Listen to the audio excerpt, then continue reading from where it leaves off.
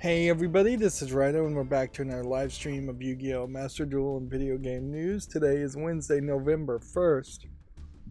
Let's hop in here. We've got rankings announcements for the duel thing. I don't think we even got to the stage quest there. And then a new season of ranked duels starting over, so we're just reset on everything, which we'll look at in a second. And then all those secret 24-hour packs are gone, which then does just bring us down to, did we get any of these Duelist Cup packs? I don't know if I opened a single one of these. Like, I must have, but I really don't remember doing it. And looking at the numbers here, it definitely feels like I didn't get as many cards as I would have liked. It also kind of feels like a lot of these cards here are more designed around being somewhat Halloween themed than actually trying to be useful cards. Although it does seem like there might be some really old strategy with like Gate Guardian that they're playing with, or with Barrel Dragon, but those are both very, very old cards. This is just like first series of Yu-Gi-Oh! Old cards. You might have some nostalgia for those cards, then you very well may not, because you may not watch the 3 to 6 episodes around those cards. And that was certainly, I think, a problem with the Yu-Gi-Oh! Anime series. That's even a problem now, is that there's so many cards that if you skip an episode, you won't see them ever mention that card again unless it is either Blue Eyes White Dragon or Dark Magician or their equivalents in later Yu-Gi-Oh! Anime series, which appear in almost every episode, which that inherently gives off the feeling, even if it's not true, that you should just always be playing a Yu-Gi-Oh! Blue Eyes White Dragons deck of some sort, or a Dark Magician deck, which is where you then get a secondary issue of it being very disconnected, the anime series are, from what you actually play as far as cards. And I definitely feel it here, whereas, particularly right now, with the most recent Yu-Gi-Oh! Game not even really promoting Yu-Gi-Oh! And instead promoting Yu-Gi-Oh! Rush, a very simplified version of Yu-Gi-Oh! With completely different rules and completely different cards. But yeah, there's not really a single card in Yu-Gi-Oh! Rush that I've ever seen in the main game, and that's inherently the plan, because Yu-Gi-Oh! Rush is a completely separate game in Japan only, and it's what they're promoting. So we fell back down to the very bottom of gold, even though we were very high. But weirdly, yeah, we're at 5 here. So yeah, you have another month where you just would have to want to put a whole bunch of effort into getting the platinum, and then a whole bunch of effort into getting to diamond, and that's inherently what you have to do, is you always have to go every single month at least 2 entire tiers up, and that's just a lot of Yu-Gi-Oh! A lot of Yu-Gi-Oh! In particular in my case, where I'm just playing with the same old Zodiac Tri-Brigade deck, although maybe I've learned a little bit better how to play the cards in Zodiac Tri-Brigade in the past couple of months. But it is just a lot of the same old. And notably, Zodiac Tri-Brigade and the other top tier meta decks that I'm often seeing when I'm competing, none of those cards are in the most recent Yu-Gi-Oh! Anime, and I'm not sure that they were talked about in the previous most recent Yu-Gi-Oh! Anime either. I'm starting late today because I had a another meeting, and then it was early, then I fell asleep, so that explains that. And for the accountability section, we can go through that fairly quickly, as I spent most of yesterday's daytime hours just not really feeling like doing anything. Inherently, I don't have set days off when I really should. And often I am trying to accomplish something almost every single day, even if it were added up as far as trying to be 40 hours plus work week, it's probably not that much, although it certainly could be a lot more too. Just really depends on how much I'm getting into gameplay, which notably I'm still not playing any games.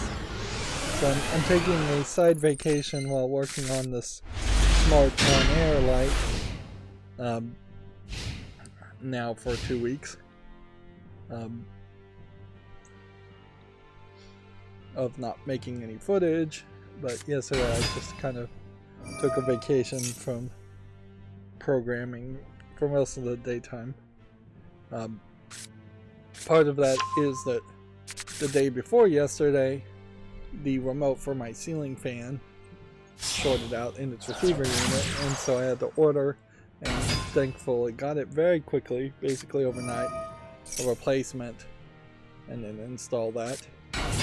It is considerably easier to just replace the receiver remote unit in a ceiling fan that's already hung than it is to completely release the ceiling fan. That being said, if you want to get a new ceiling fan right now, I heavily recommend early adopting, and normally I wouldn't say this for smart devices, but for ceiling fans, just early adopt a smart ceiling fan that it has a DC motor, DC to DC or AC to DC, whatever it's called.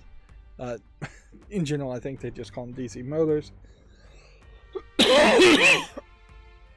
The one I found has 2 different types of LEDs and no bulbs, which allows you to change the temperature as far as the smart fan.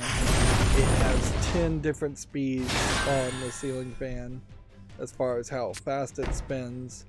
It has a controllable reverse switch. It has a breeze mode, and it has a nighttime breeze mode, which is a little slower than breeze mode. All of which you're just not going to get in a standard 3-phase AC ceiling fan, which is what almost every ceiling fan is at the moment. A standard 3-phase ceiling fan is going to allow you to have 3 speeds, which maybe you could cheat 3 speeds to be 9 speeds if you integrate it with the pull chain.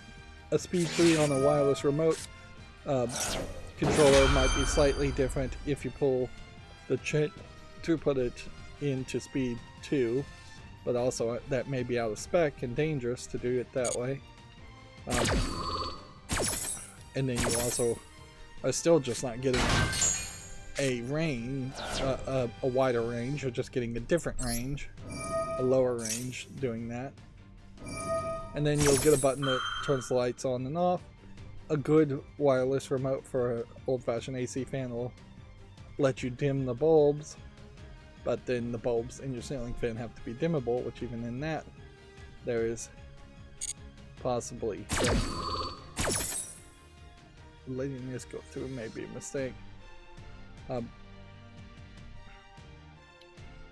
So yeah, it's a lot more expensive, but if you moved into a house and you didn't install new ceiling fans yourself, or if you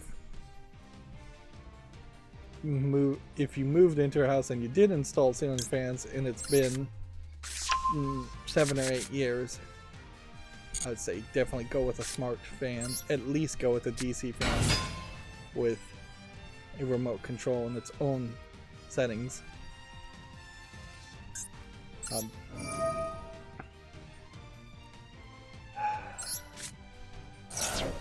think I screwed up there.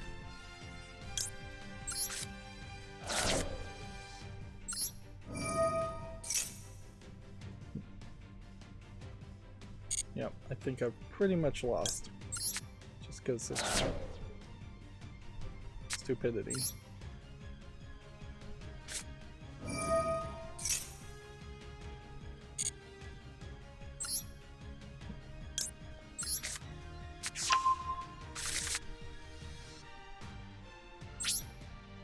Should have probably played the other way and played the card, gotten this, summoned this, and gone for Zeus.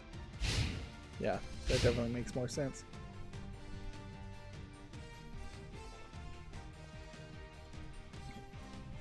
As far as connecting technology, that's really where the early adoption is going to come in.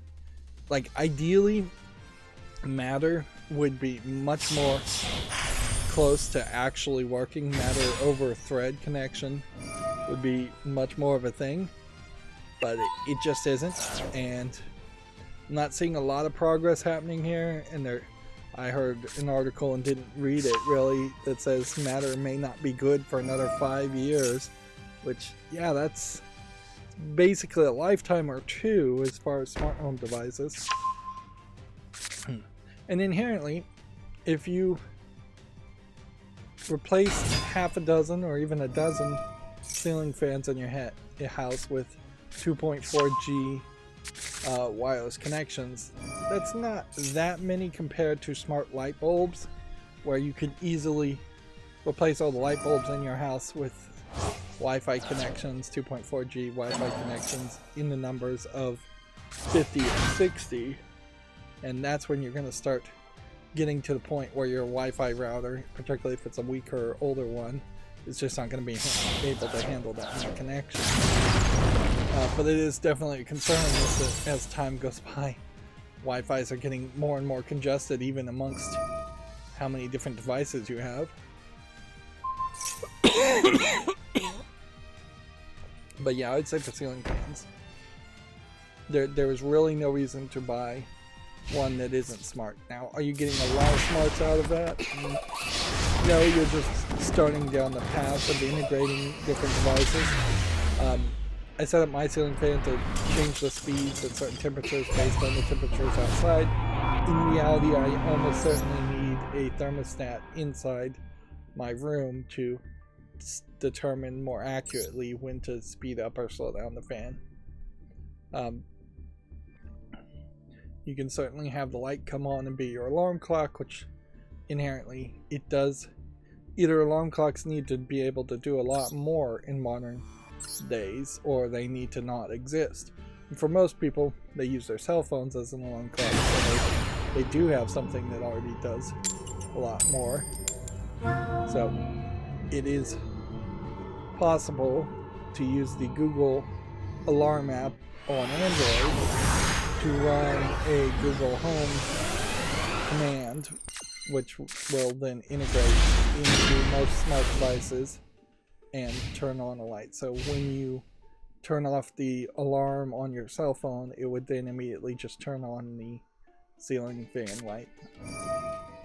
Or you could just, without using Google Home, schedule the ceiling fan light in most cases to turn on.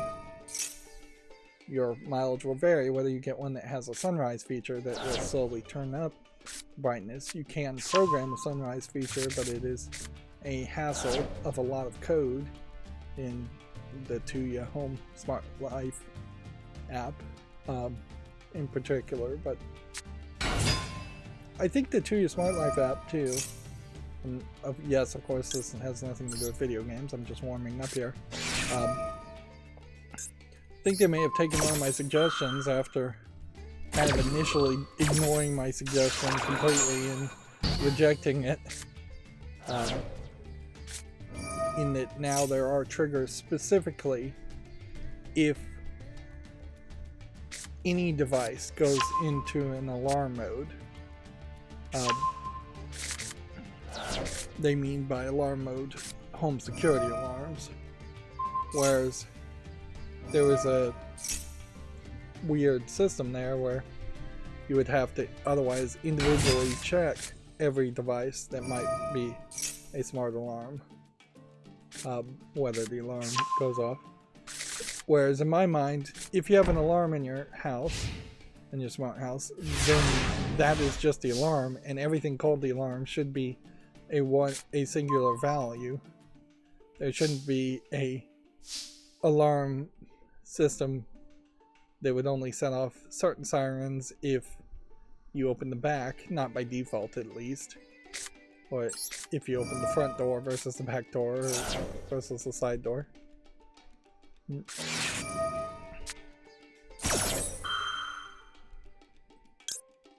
See if this works first. It should.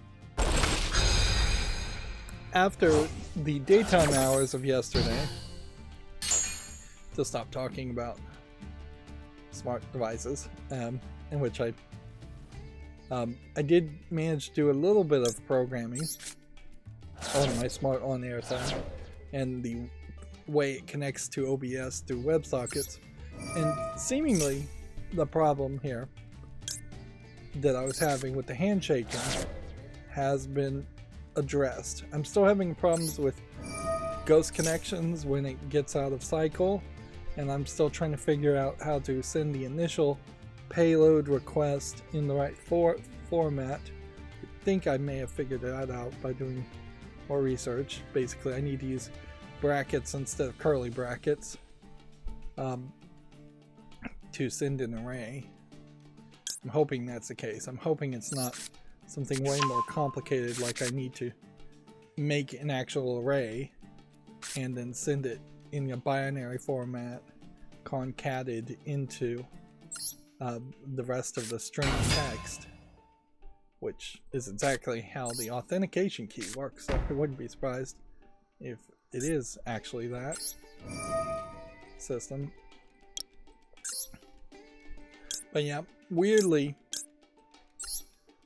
when you make a first connection to OBS,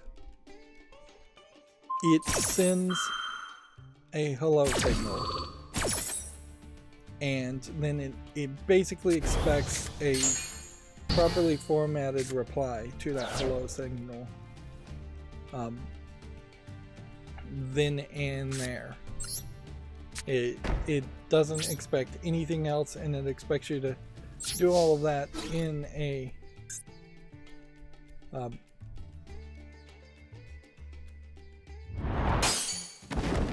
my goodness, that was dumb.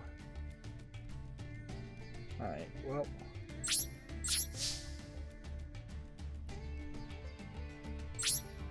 that went terrible.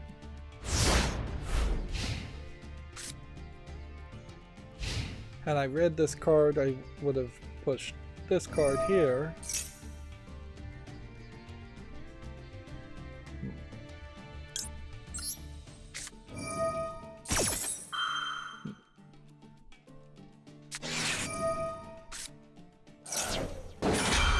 So yeah, what it turned out is that there was a command in Arduino that was just a WebSocket begin command. And instead of saying begin, send a message, and end, which is how I would by default assume that was going to go, it wants you to actually send a begin message, then without ending the message, just wait for the response. So it would be better labeled as begin and end conversation, not begin or send any message or a message.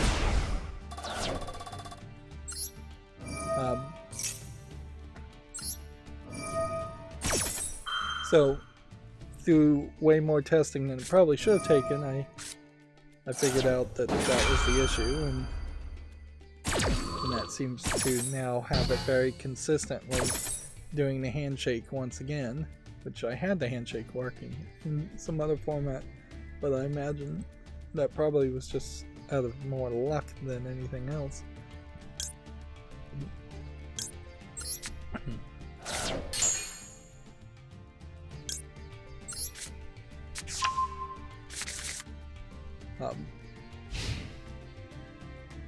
And then I moved some code around, so I'm hoping it will be a little bit more powerful.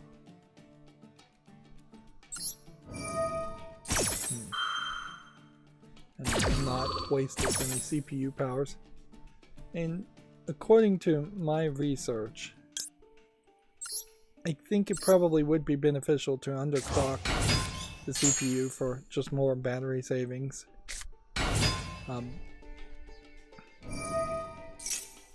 Turning it down almost certainly is the right move.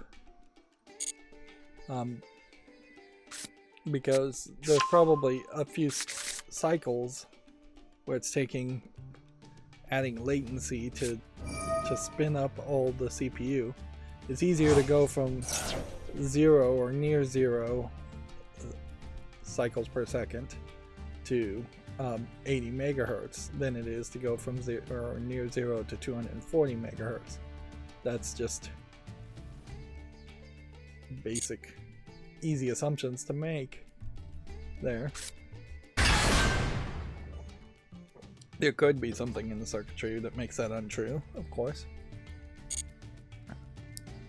But particularly in my case, the smart on-air sign only really needs to be at 240 megahertz, which is really too slow, even in this case, when you're doing the over the Wi-Fi captive portal setup.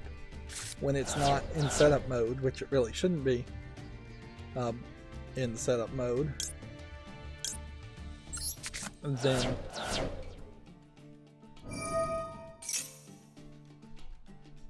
you really almost certainly could handle it at 80 megahertz, because all it has to do is receive a message after it's done the handshake and done the setup, and interpret what the message says and act accordingly very quickly, and then go back to sleep.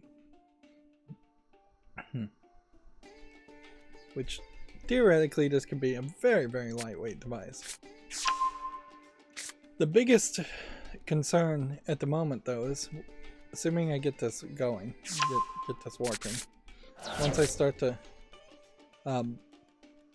try to sell it, I imagine I'm going to use crowd supply. I think that's probably a better place than Kickstarter or Etsy or Shopify at the moment. Like, I think crowd supply in particular is more of a makerspace, Kickstarter equivalent.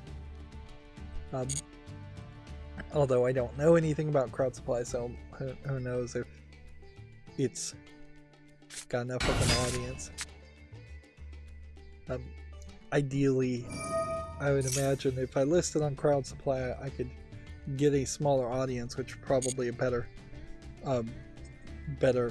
move in the first place. I don't want it to immediately become a case where I launch this product for sale, or whatever crowd supply Kickstarter equivalent of for sale is, and then I have 1,000, 10,000 orders. That would just be very difficult to support. The thing that's really killing me is as you're trying to think about scaling this up, and I can't really figure out a way to solve this. Either I could try to make my own custom circuit board at some point in the future, in the distant future, and then maybe that would save a little bit of soldering, but almost certainly not. Or it's just going to be hand soldering everything.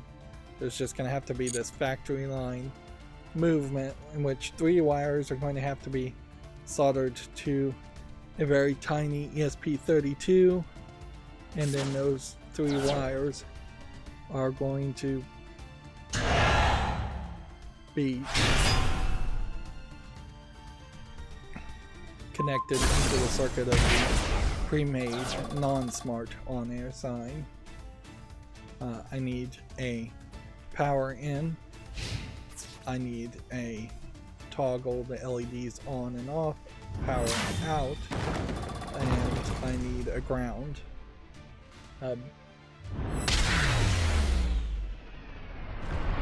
So yeah, 3 wires.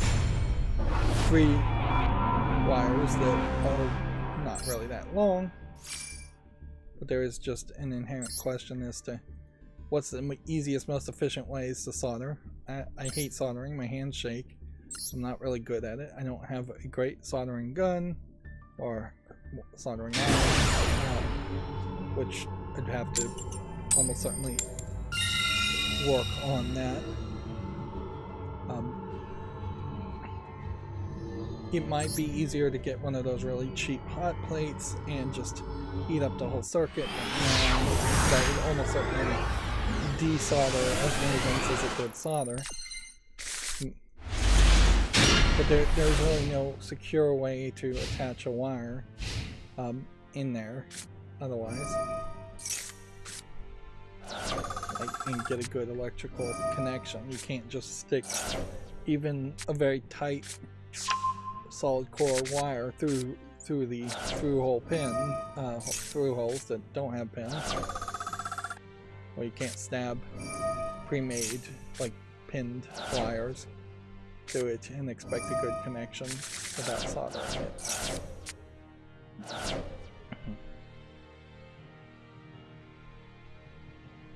There might be an argument to wasting a bunch of pins and soldering a row of pins then instead of trying to solder just 3 wires. That'd be very wasteful. And it certainly will just be a whole nother journey to try and make a factory line assembly plant, like, and scale things up. Like, by default, if I'm getting 10 orders a week, it makes all the sense in the world to just program everything with my computer and flash the image that way.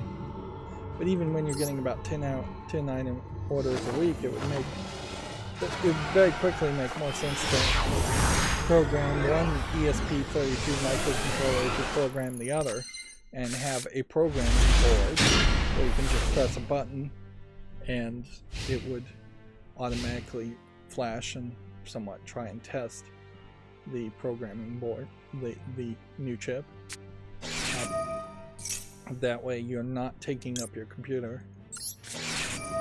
And then there's more complications and optimizations to be made there, where the programmer could potentially connect to a Bluetooth printer. There seems to be about 3 styles of Bluetooth printers that somebody has figured out how to support with an ESP32 to print out the randomly generated Wi-Fi credentials, even potentially making a QR code if you spend enough effort to program that, and that can be your general instructions.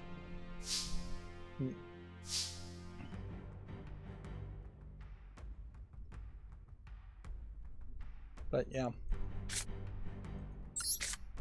even at that though, that doesn't do anything to get you in a better position with the soldering. The soldering aspect, best case scenario, and I've never seen anybody do this, would be to try and figure out a way that you could make a rig where you had 2 or 3 soldering irons going at the same time, and or pogo pins that could be heated up, which maybe there's a thought in that, but I'm not sure that you can actually solder with pogo pins, because pogo pins aren't really made out of the same copper tips designed to not stick to solder. So it very quickly could be a case where a pogo pin could be heated up to solder with, but then it would just have the solder stick to it instead of flowing away from it.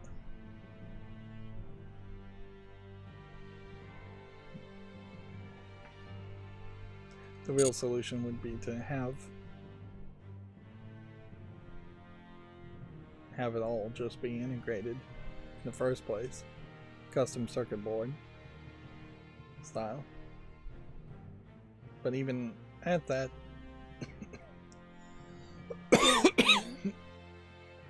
it doesn't help that much. Inherently, this is why you still see, even in Chinese factories, a lot of factory workers with soldering irons in their hands. Is that the precision of a soldering robot and the expense of a soldering robot is just so high that robots haven't been able to really replace most soldering jobs.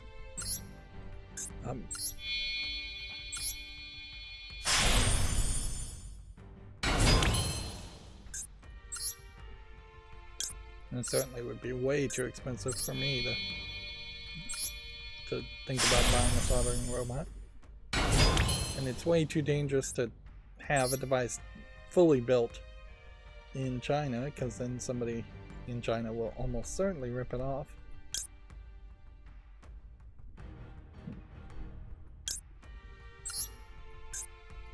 I'm gonna go ahead and just do this.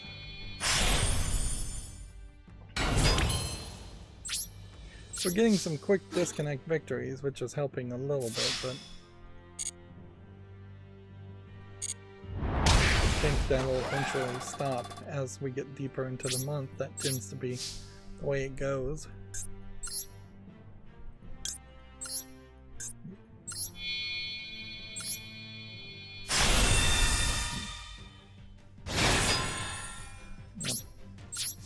Anyways, I suppose that's a long way of going around it and saying I don't want this thing to become a job that's taking up massive amounts of time.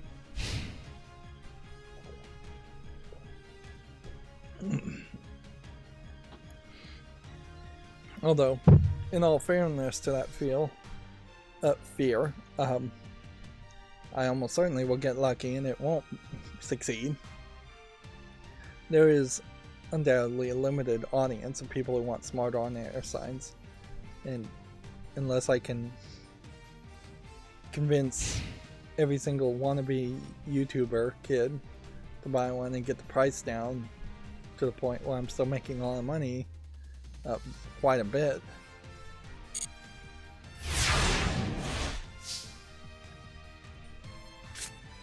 and it's not going to make a lot of sense.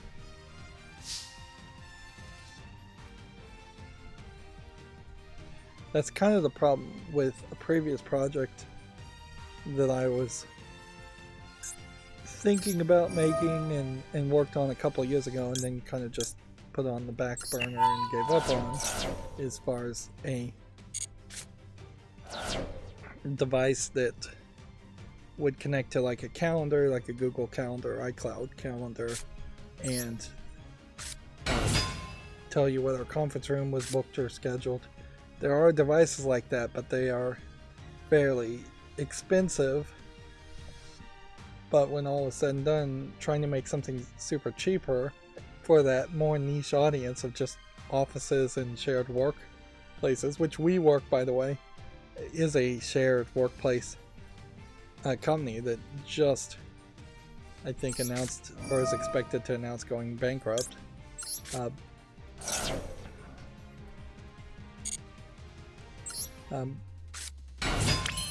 It was just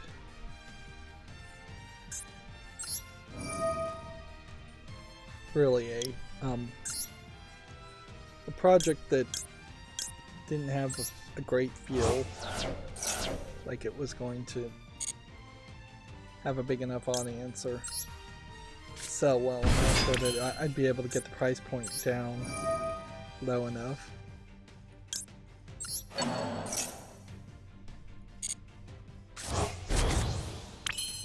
Guess the question is, can we win here, or is this going to do something crazy?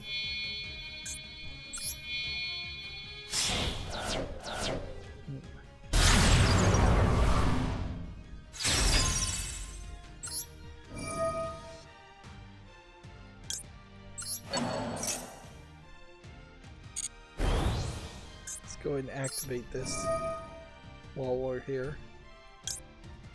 I'll toss this and see if that can be destroyed.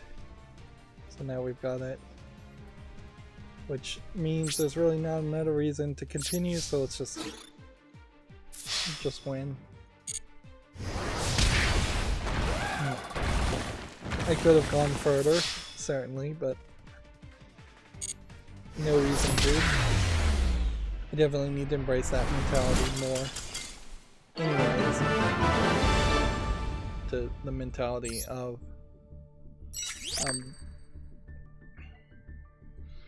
doing a little bit less per game in favor of accomplishing more games overall.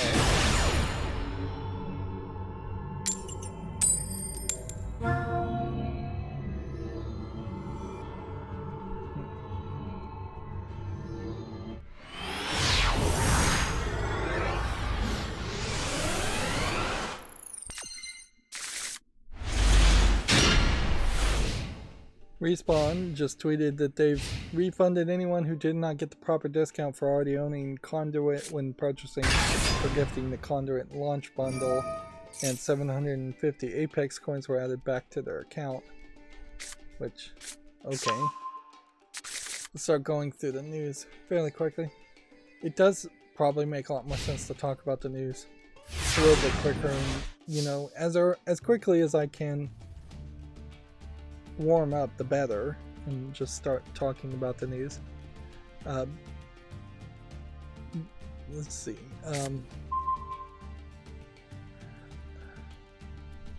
What's the guy's name that runs Dirty Devs as a YouTuber?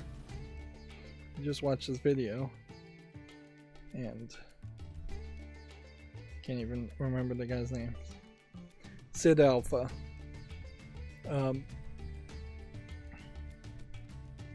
Yeah, Sid Alpha covered the most recent allegations around Yandere Dev.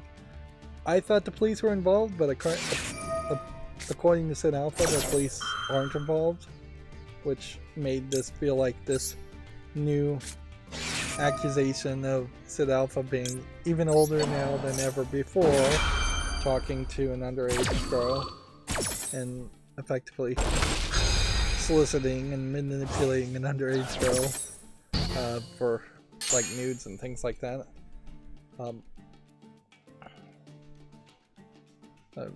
Grooming, I guess is the word.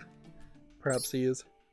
Like he talked about the most recent issue without really going into the hour-long backstory that you really could go around as far as Yandere developer, which he is now dubbing as pedo dev, which, I mean, as an insult, is probably gonna get him sued, so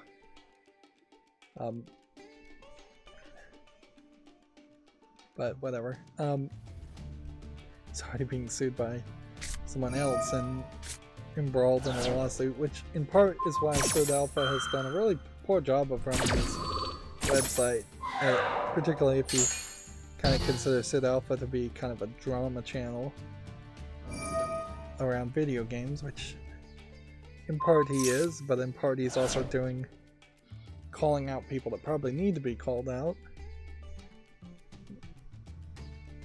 Which, personally, like, I thought, I said in the previous stream that Halloween was the 25th, which just really shows how little I have invested in Halloween. Turns out it's the 31st every year. It's just not something I engage with. But I think people who post like video doorbell footage of buckets of candy being stolen really need to be called out for being lazy and antisocial, and instead of getting clout or greed. Now, inherently, there are organizations such as TVs, schools, TV channels, schools, and churches that have ingratiated themselves or taken over Halloween and changed it drastically, and that those organizations should also be pointed out as they took control over what trick-or-treating used to be, and they've effectively ruined what it used to be. But on a separate note, but the TV stations definitely are showing those video footages of people stealing all the candy in great numbers for their own agenda, and their own agenda is propagating this idea. But it's really important to cast some scorn on people. Like, if you're not willing to open the door or sit outside and hand candy to people and interact with your neighbors, which that's kind of what trick-or-treating was in part. It was social interaction and interacting with your neighbors, seeing your neighbors' kids, having a sense of community. Well, you can't really complain when you're being lazy that there isn't a sense of community and there aren't trick-or-treaters anymore. And you really can't complain when you've put out what effectively was a unmonitored amount of candy. I mean, it's not even that you're putting out an unmonitored amount of candy, it's that you're not even willing to put out candy in batches, which you'd almost certainly do in any other situation. Even if you couldn't directly interact with the people and dress up yourself and hand out candy. And it's fine if you don't want to be involved with Halloween or trick-or-treating, but then just don't be involved with it. Don't complain that you let the worst people who get away with doing the worst things, a bunch of kids and teenagers in particular. And honestly, if teenagers these days are just stealing all the candy instead of egging your house, you're doing particularly well. I'd also question if the types of people, particularly kids stealing all the candy, aren't also the types of kids that just are not capable of getting candy any other time of the year. This may be a real desperation move on their part, more than you would think. I would imagine that there are a lot of families that are impoverished, and the idea of spending extra on anything is just going to be a no from the parents.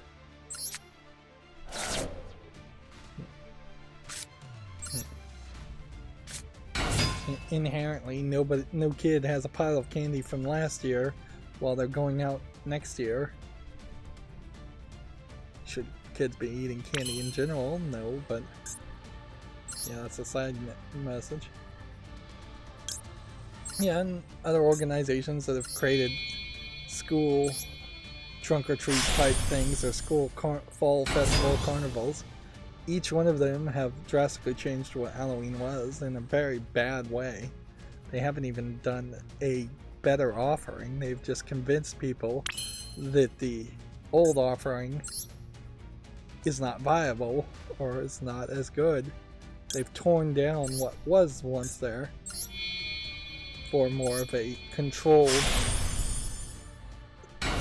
interaction and environment. And at some level, that's exactly what it is that organizations inherently are move things towards a desire of control. So they want to control the experiences kids have, which can be a good thing and a safe thing, but also just means you go through the church, you go through the state. I mean, schools are literally the state. Churches are literally the church. Instead of going through individuals and community, where humanitarians might make an argument that individuals and humans should interact, not with a middle manager of the state. Like, of course, that's probably too deep when talking about Halloween, but yep, I'm definitely seeing a lot of people upset with the way Halloween feels these days. And you could always have had parties yourself, too. So individuals could have always made parties and done their own thing.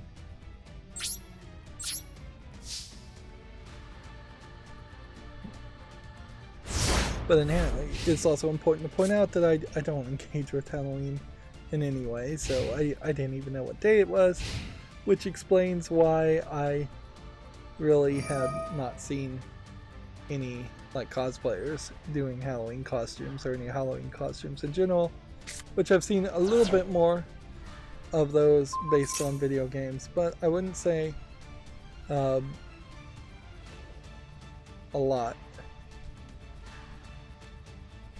Like, it definitely hasn't been a major thing, and maybe that has still to do with some delays. Maybe over the course of the next week we'll start to see even more pictures being posted. Half of the game companies are laying off people, so now's really not the time to have a Halloween party, although I wouldn't be surprised if they do.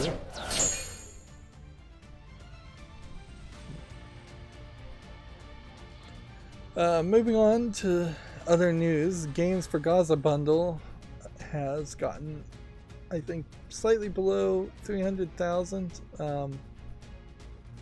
This itch.io bundle that we looked at really wasn't very many interesting games. Arcade Spirits is about the biggest game there, and then there's a whole bunch of unrecognizable itch.io small games.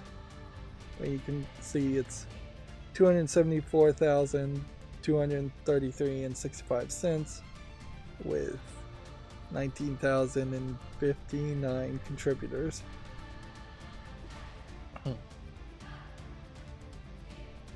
Which, okay, take that for what it is.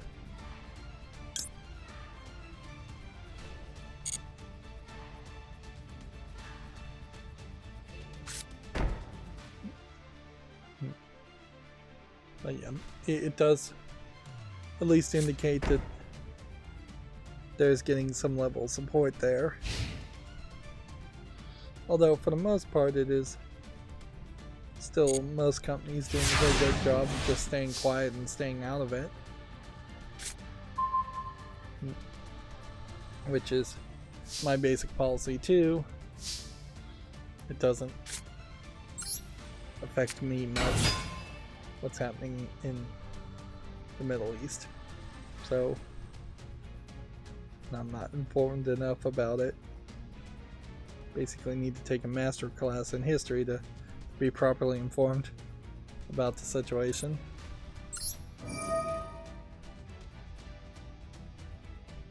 Do I want to do this or do I want to do that?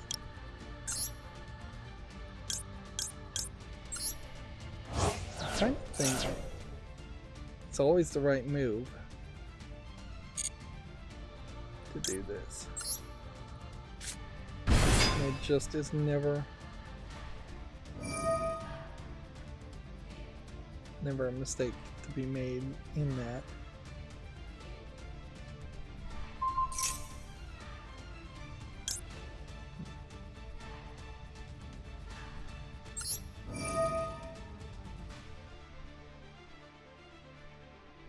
Let's see.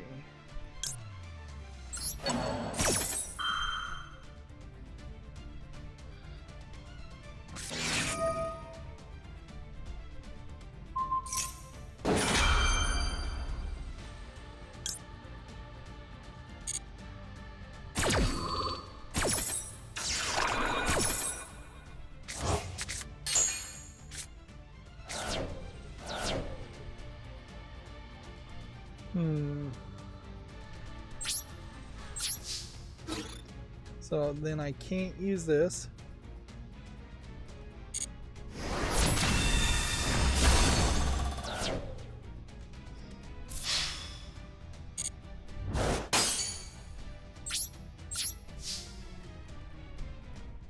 Which just leaves me with that, I guess. LibRetro on Twitter posted something, which I haven't really posted anything in a long time. It's like 1 hour ago, June 18th, otherwise, which in all fairness, that's probably the right way to have a Twitter-like system and service, is that if LibRetro has nothing to say. There's really no reason for them to try and maintain engagement. Particularly if you're not doing like a recommendation engine, which for the most part I don't think Twitter really ever was living or dying by the recommendation engine. Anyways.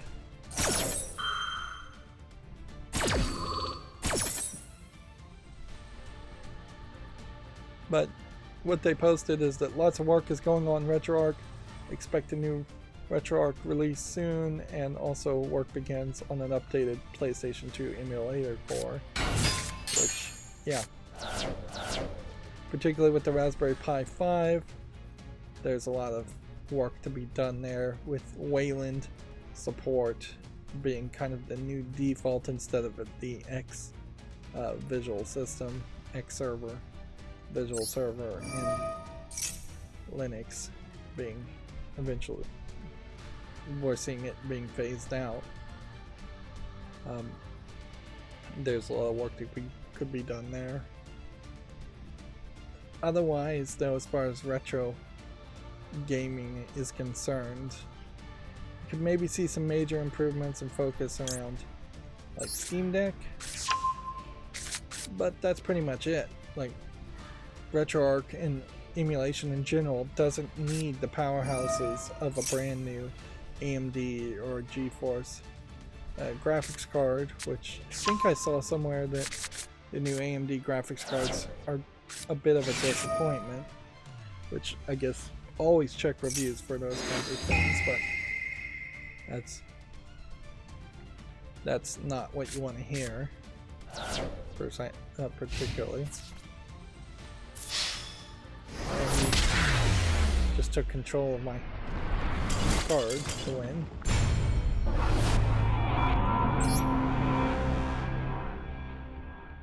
But there's always room for optimization. Devolver Digital has acquired System Era Softworks. The company's joined force almost a decade after almost a decade of mutual admiration and friendship, which, okay. This System Era as a company, though, it's not one I really recognize. And this screenshot in particular, I think, highlights the slight nicheness and weirdness of Devolver Digital in general, in that almost every game that they have published as a publisher has this weird twist and sells itself on being this weird niche twist, which worked for a couple of the early games. I think the Bullet game in particular might be a good example of that, but I think increasingly creates this situation where Devolver Digital is very much one note that has been played out as far as what they've published.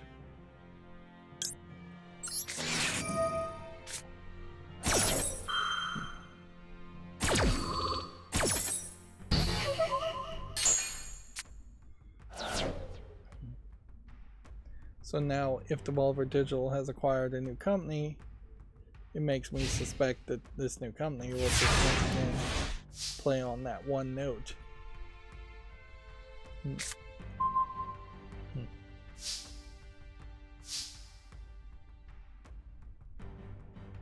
It certainly is nice when you can be so successful that unemployed former colleagues Kamiya and Mikami are going to host a talk about their future plans.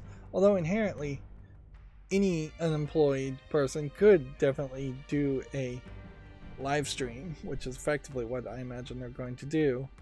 But to get people to actually respond and put a press release out about it and talk about it is interesting. So yeah, they're going to get together, and I wouldn't be surprised if it is very much a case that they talk in generic terms about what their future is, or future plans are, and not in any specifics.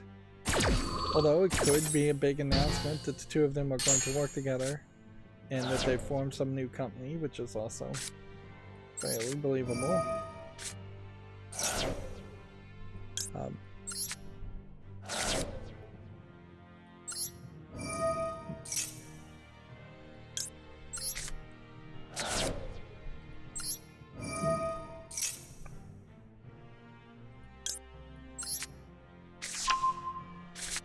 I'm not 100% certain on Mikami as far as what he did, but if he was a former colleague, then he almost certainly worked at Platinum and on Bayonetta with Kamiya.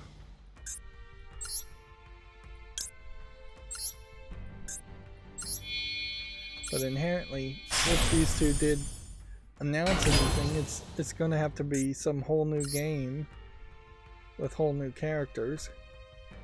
And that's not the worst idea ever either. Bayonetta after 3 games is fine, I think, where it is, and particularly when you have a iconic, interesting character like Bayonetta, it might make some sense to just let her be and make a new, strong, interesting character. Since visual appearance of a character is going to, and then just general attitude and writing of a character is going to be somewhat set in stone by the 3rd game. Like, you can't just say, I'm going to make Bayonetta, but she's not going to wear glasses, she's going to have blonde hair that's short, and she's not going to act anyway similar to the way she's acted before.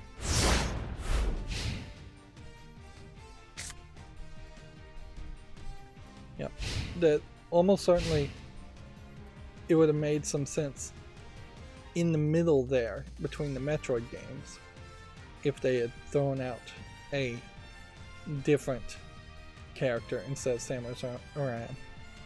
To the point where even the second Metroid game, like Metroid 2, could have not been Samus Aran, and that may have made Nintendo a lot happier if all of a sudden it wasn't a female protagonist, or that it sold differently in Japan, which would have made Nintendo a lot happier. Particularly in that time of Metroid 1 and Metroid 2. Just tall blonde girls, while popular around the world, were not that popular in Japan, in a country where there are no tall blonde girls. It is definitely a cultural thing where almost every Japanese person is naturally black-haired, to the point where teachers bully unnaturally blonde. Almost all Japanese people have black hair, to the point where teachers force Japanese or half Japanese students to dye their hair black in a very abusive manner, just so everybody's the same.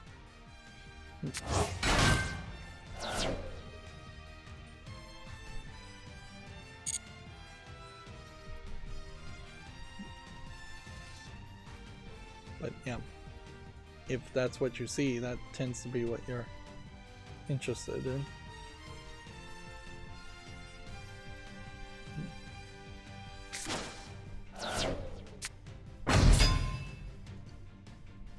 They're going to be at this thing called the Archipel Caravan, a festival of Japanese pop culture held in Tokyo between December 15th and the 17th. Hideki Kamiya, their past and future, as well as their philosophies on the creative process. So it's really, they're going to a convention. I guess Mikami worked on the Resident Evil games, which I didn't realize that was a point that the other guy had worked together on. It may very well be a case that both of them worked on very successful games, but when they worked together, they actually worked on something less successful. But yeah, looking at the screenshots here, Shadows of the Damned and Killer 7 And then a couple against characters I can't even recognize.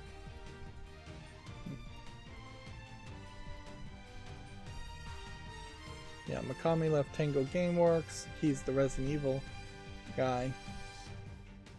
Kamiya left Platinum. He's the Bayonetta guy.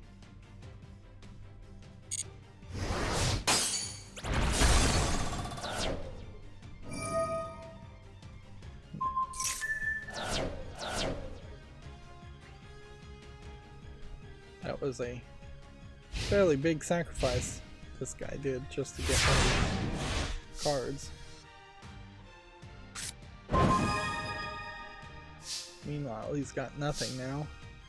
So let's just do this. And I can do this.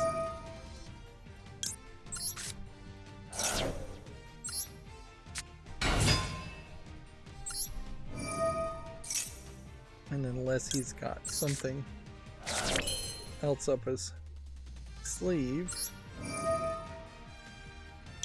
I think he's got no moves.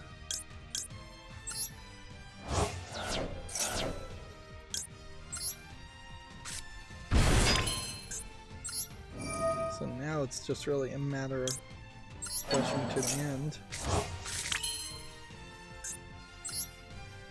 See how fast we can do all the things needed to be done. Yeah, and with that, I think that's a good point to just stop playing. We've played for an hour and we moved up one rank.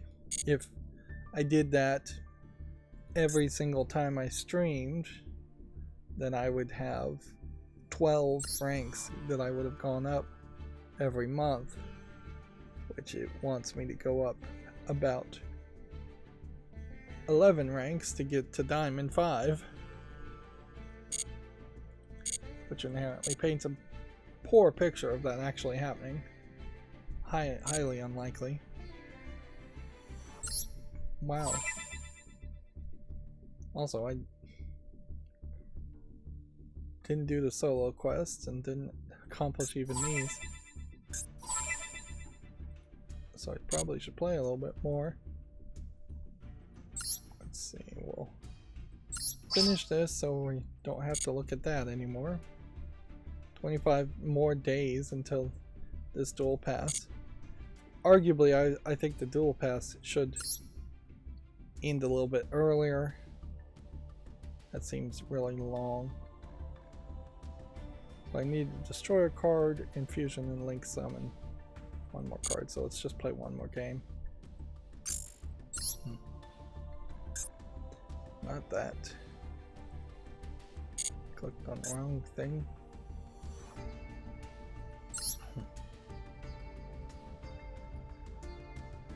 GameDeveloper.com says ways of designing intimacy in games. Indie designers and others discuss different ways to make sexuality and intimacy more common in game design. While that is a interesting thought, and I agree with the general idea, in that there is this very odd puritanical sexlessness in video games, mature games in particular, that then only gets contrasted by adult-only Steam games that are then oversexed. But then again, porn games and in general porn is oversexed. And then it also creates this weirdness in which there's oversexed characters and comments and lewd thinking without just having more natural nudity and natural sex happening. That all being said, the elephant in the room when you use a screenshot has to be pointed out, in that this is Cyberpunk 2077, and they, at least in their original release, in their original game, did an incredibly poor job of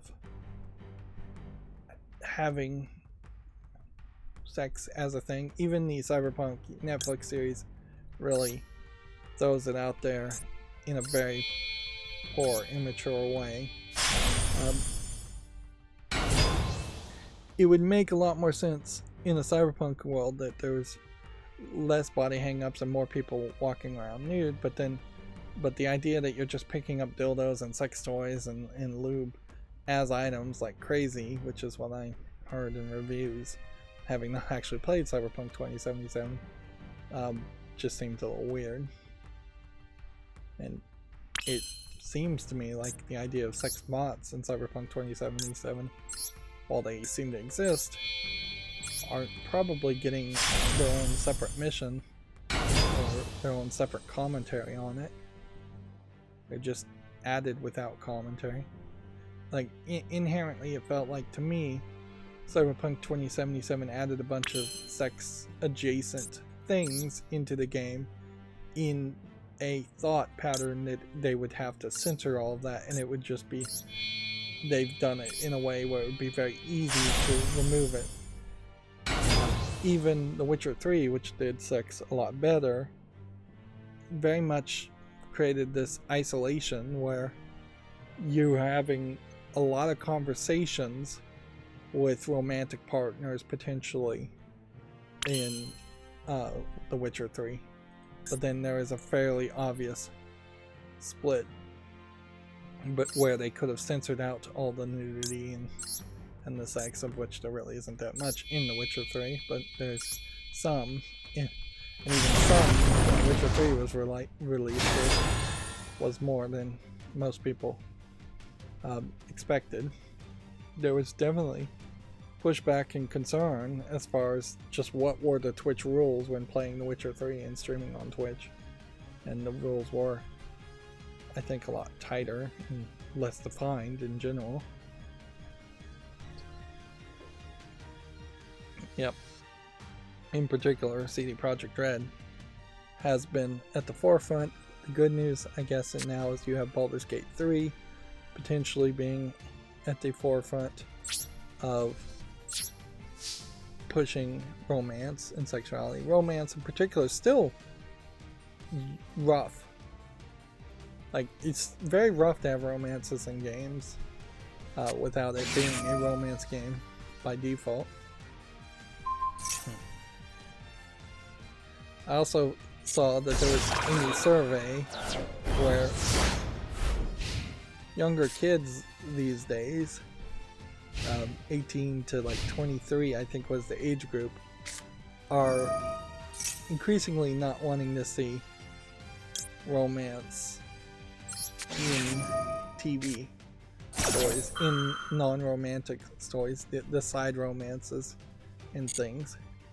And on one hand, you might say that they have access to porn now, so a watered down, not that well written romance inside of, say, your CW Flash TV series, if the Flash was still going, kind of makes some sense there, is that you just get better quality romance or nudity elsewhere. So the idea of a slight allusion to romance has no real effect. But it may also just be a case that people aren't that, or that demographic is just not that interested in romance in general anymore. I hope this works. I don't think it may not.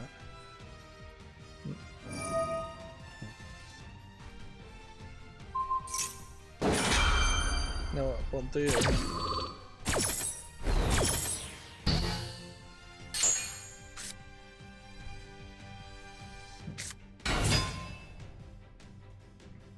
But it may also be a case that video games might be the contrast to that.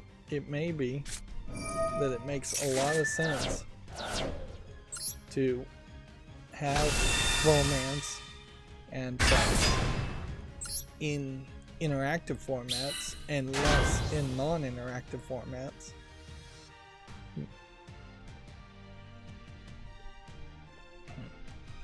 But it's nice to see him at least talking about it. Of course, then you run into the problem of, here's a very gay kind of troll games that was one of the earliest ones on Steam.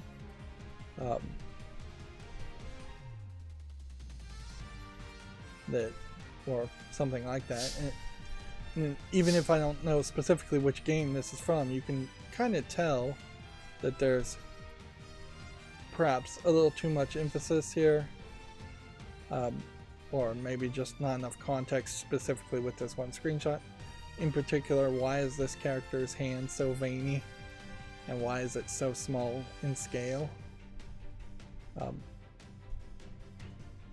And then here's an example of a game that was very old in the case of Skullgirls, that had just the smallest amount of lewdness. Like, I'd say this is 16 plus rated teen, in that yes, there's cleavage, yes, there's legs showing, on occasion there were panty shots, and then this came out a while ago, 10 years ago almost, I think, and then out of the blue, for no reason whatsoever, they censored it, which once you've changed something, that's not acceptable. Once you put it out to the public owns it, as far as public domain mentality goes, whether legally or not that's true.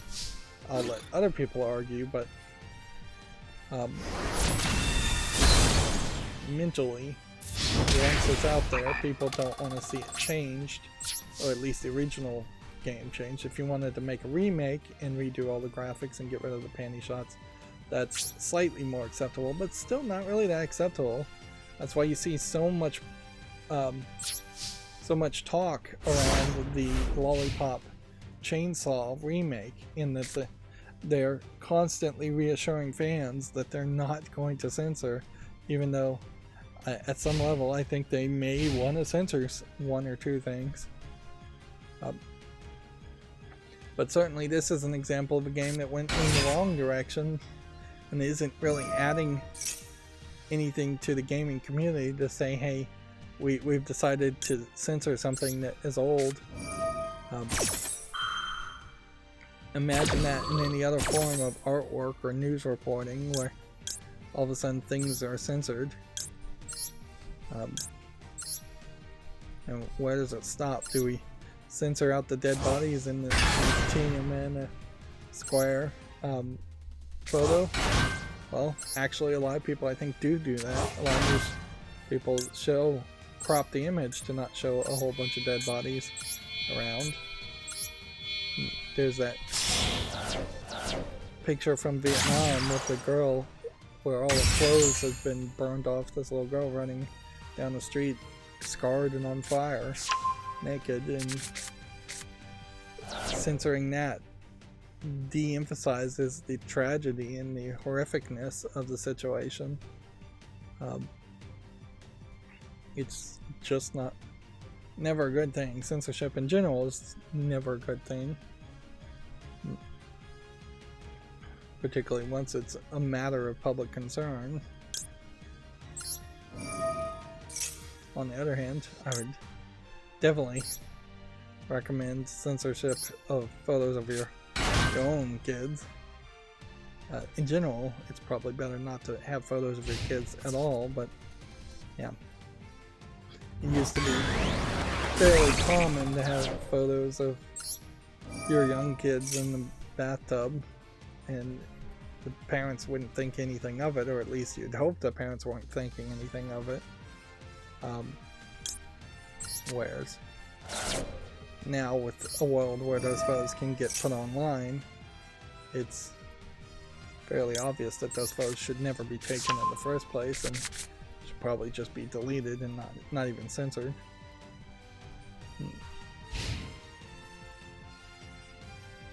Let's see what other examples. They don't even have any other examples. Now, part of this, and yeah, GameDeveloper.com is probably made up of some fairly big SJWs, if I was to guess, is the idea of designing better verbs can make better depictions of intimacy. So some of this may be, hey, use a thesaurus and don't just say having sex. But some of this may also be a little bit of word policing.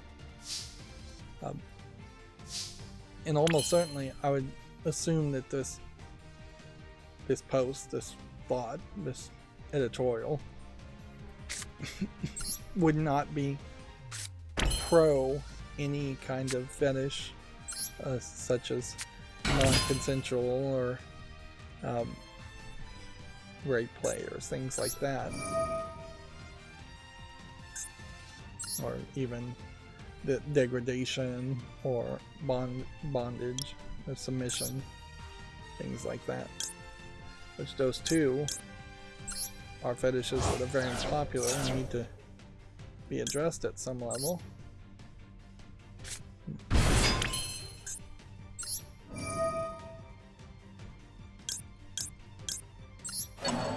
Have to remember what I'm going for here.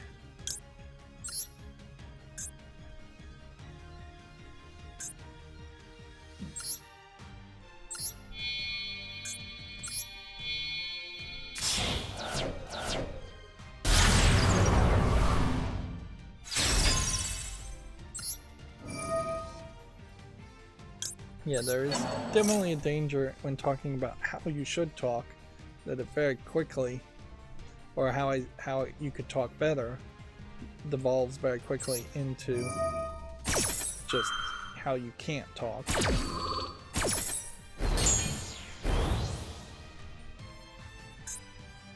Which, at a certain point, it occurred to me that, particularly amongst celebrities, that they get into celebrities and such, you get into these HR style cultural education meeting type things, and as a lot of people, probably everybody, should just say, hey, at the beginning of this I have a speech to say, I understand I'm ignorant here and I'm here to learn, and as such I'm not going to make any further comment in this Zoom, in this meeting, and just sit there and listen and don't interact. You could say please respect that, but honestly that's probably your best bet, because there have been so many cases where people have at least claimed that they've been in these inter-office meetings, these private meetings, where they're discussing how to be sensitive and culturally sensitive, and instead of it leading to anything productive, it leads to usually the oldest and most naive person being accused of being either racist or sexist, and there being complaints and cancel attempts around it. And yeah, in general, I guess you could probably make that comment or something similar to any meeting, is that I'm just here to learn, as such I'm not going to add anything more to this meeting. Please continue. Please respect that. You could probably say that in most meetings, and inherently in most meetings you are just there for somebody to preach to you more than anything else, in a lot of times. Yeah. Very rarely are you in a situation where a boss or whoever's presenting the meeting wants any feedback, particularly in a public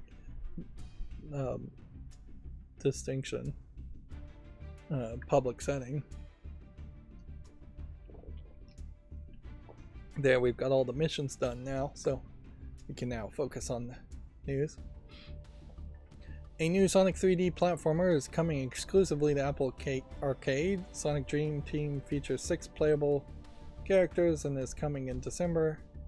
I imagine it's not much of a game, but it also probably highlights the problem with Sega in general, is that they are just trying to make money.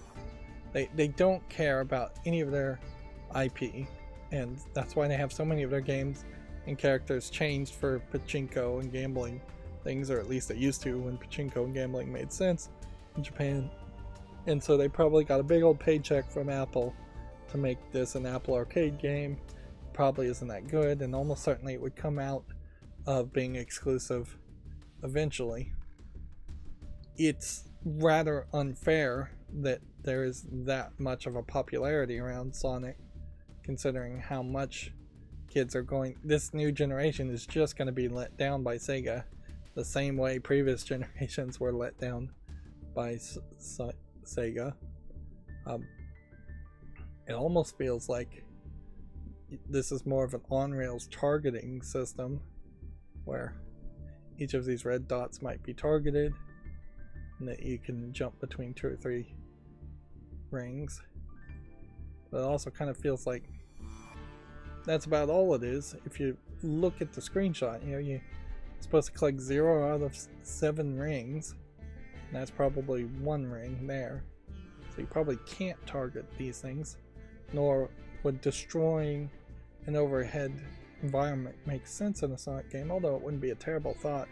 Certainly if there were more destructible environments in Sonic, that really would be the way to go, is to have more destroyable environments that would open up new paths. And there's some of that in the original 2D Sonics, but it's been mostly forgotten in the third 3D games as far as I've seen. Not that I've played a lot of Sonic games, but yeah, it's kind of an infinite runner from the looks of it, or not an infinite runner, but just a on-rails runner. And it seems to me like you basically have a up and down option and a pause button and maybe nothing else. Let's see if we can waste some time here and watch the actual trailer. No, actually it's not doing that, because that's just going to get content ID'd if that happens. Alright, moving on. Cyan has a couple of things. Apparently Riven came out on Halloween, which is weird. But the bigger news is a veteran artist, Claire Hummel, is joining Cyan next week to help them on the Riven remake and shape what's next at Cyan. And they couldn't be more thrilled, because the retweet, leaving a job full of people and projects you love is always hard, but I have a pretty good reason for it this time around. So, interesting shift there. In fairness though, I have to question, what are the projects you love at Valve as a Valve employee? Like, what are they secretly working on in the background that would be helpful? I'm not sure if there's really even a connection.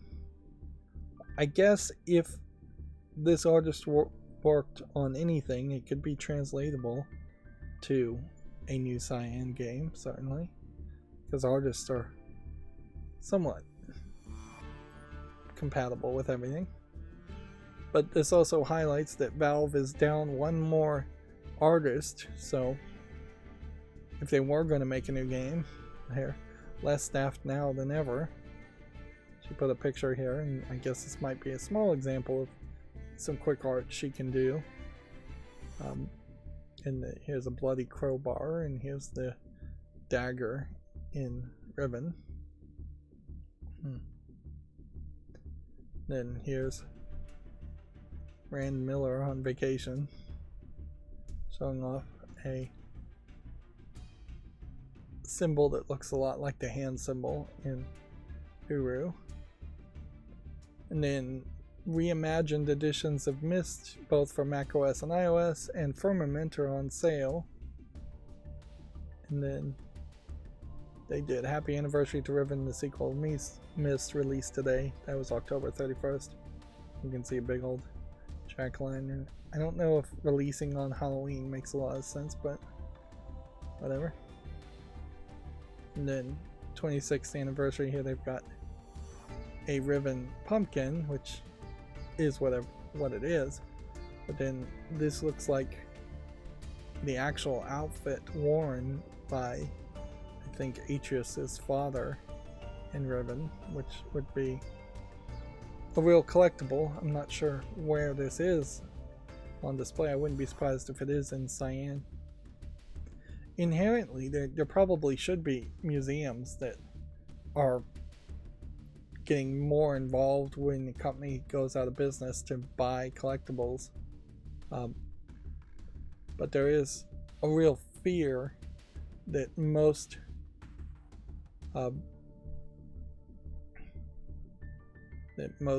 collectibles, when a company goes bankrupt or gets bought out, which I don't think Cyan is any real risk of that happening at the moment, no more than normal.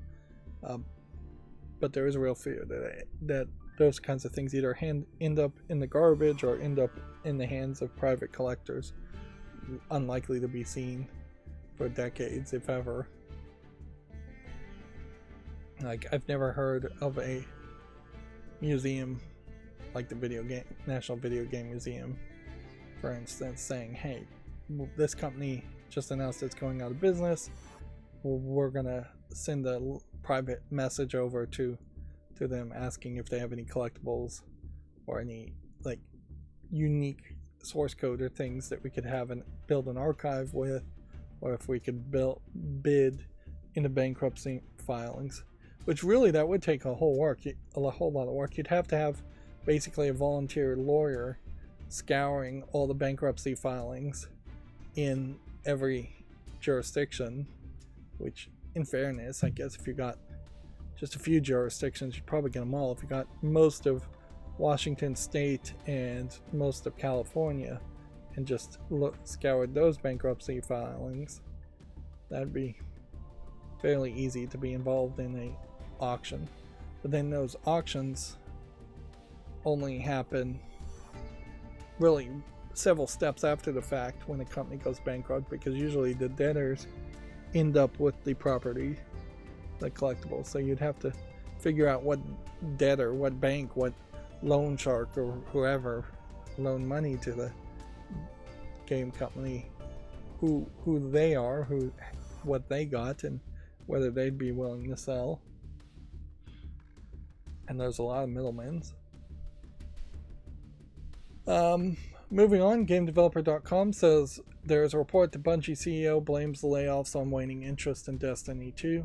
In all fairness, I do agree that there is waning interest in Destiny 2, and if anything, that there really should be a lesson learned here that games as services, regardless of how good, just can't last that long, and you can't have sequels, and you just, even if you're one of the best, you just can't really make games like that. Had Destiny 2 been instead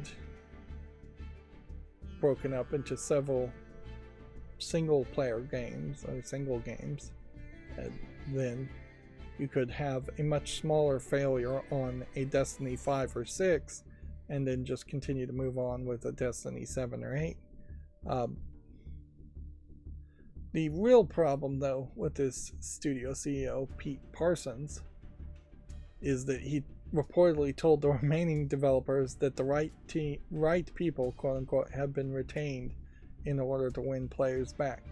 Which at a certain level, that might be true. He may have fired a bunch of deadweight, bad programmers, middle managers, people that were just totally useless, or he may have just fired a bunch of QA people that, well, I won't say QA people are useless, I will say aren't part of the creative process, so it may not be that big of an effect.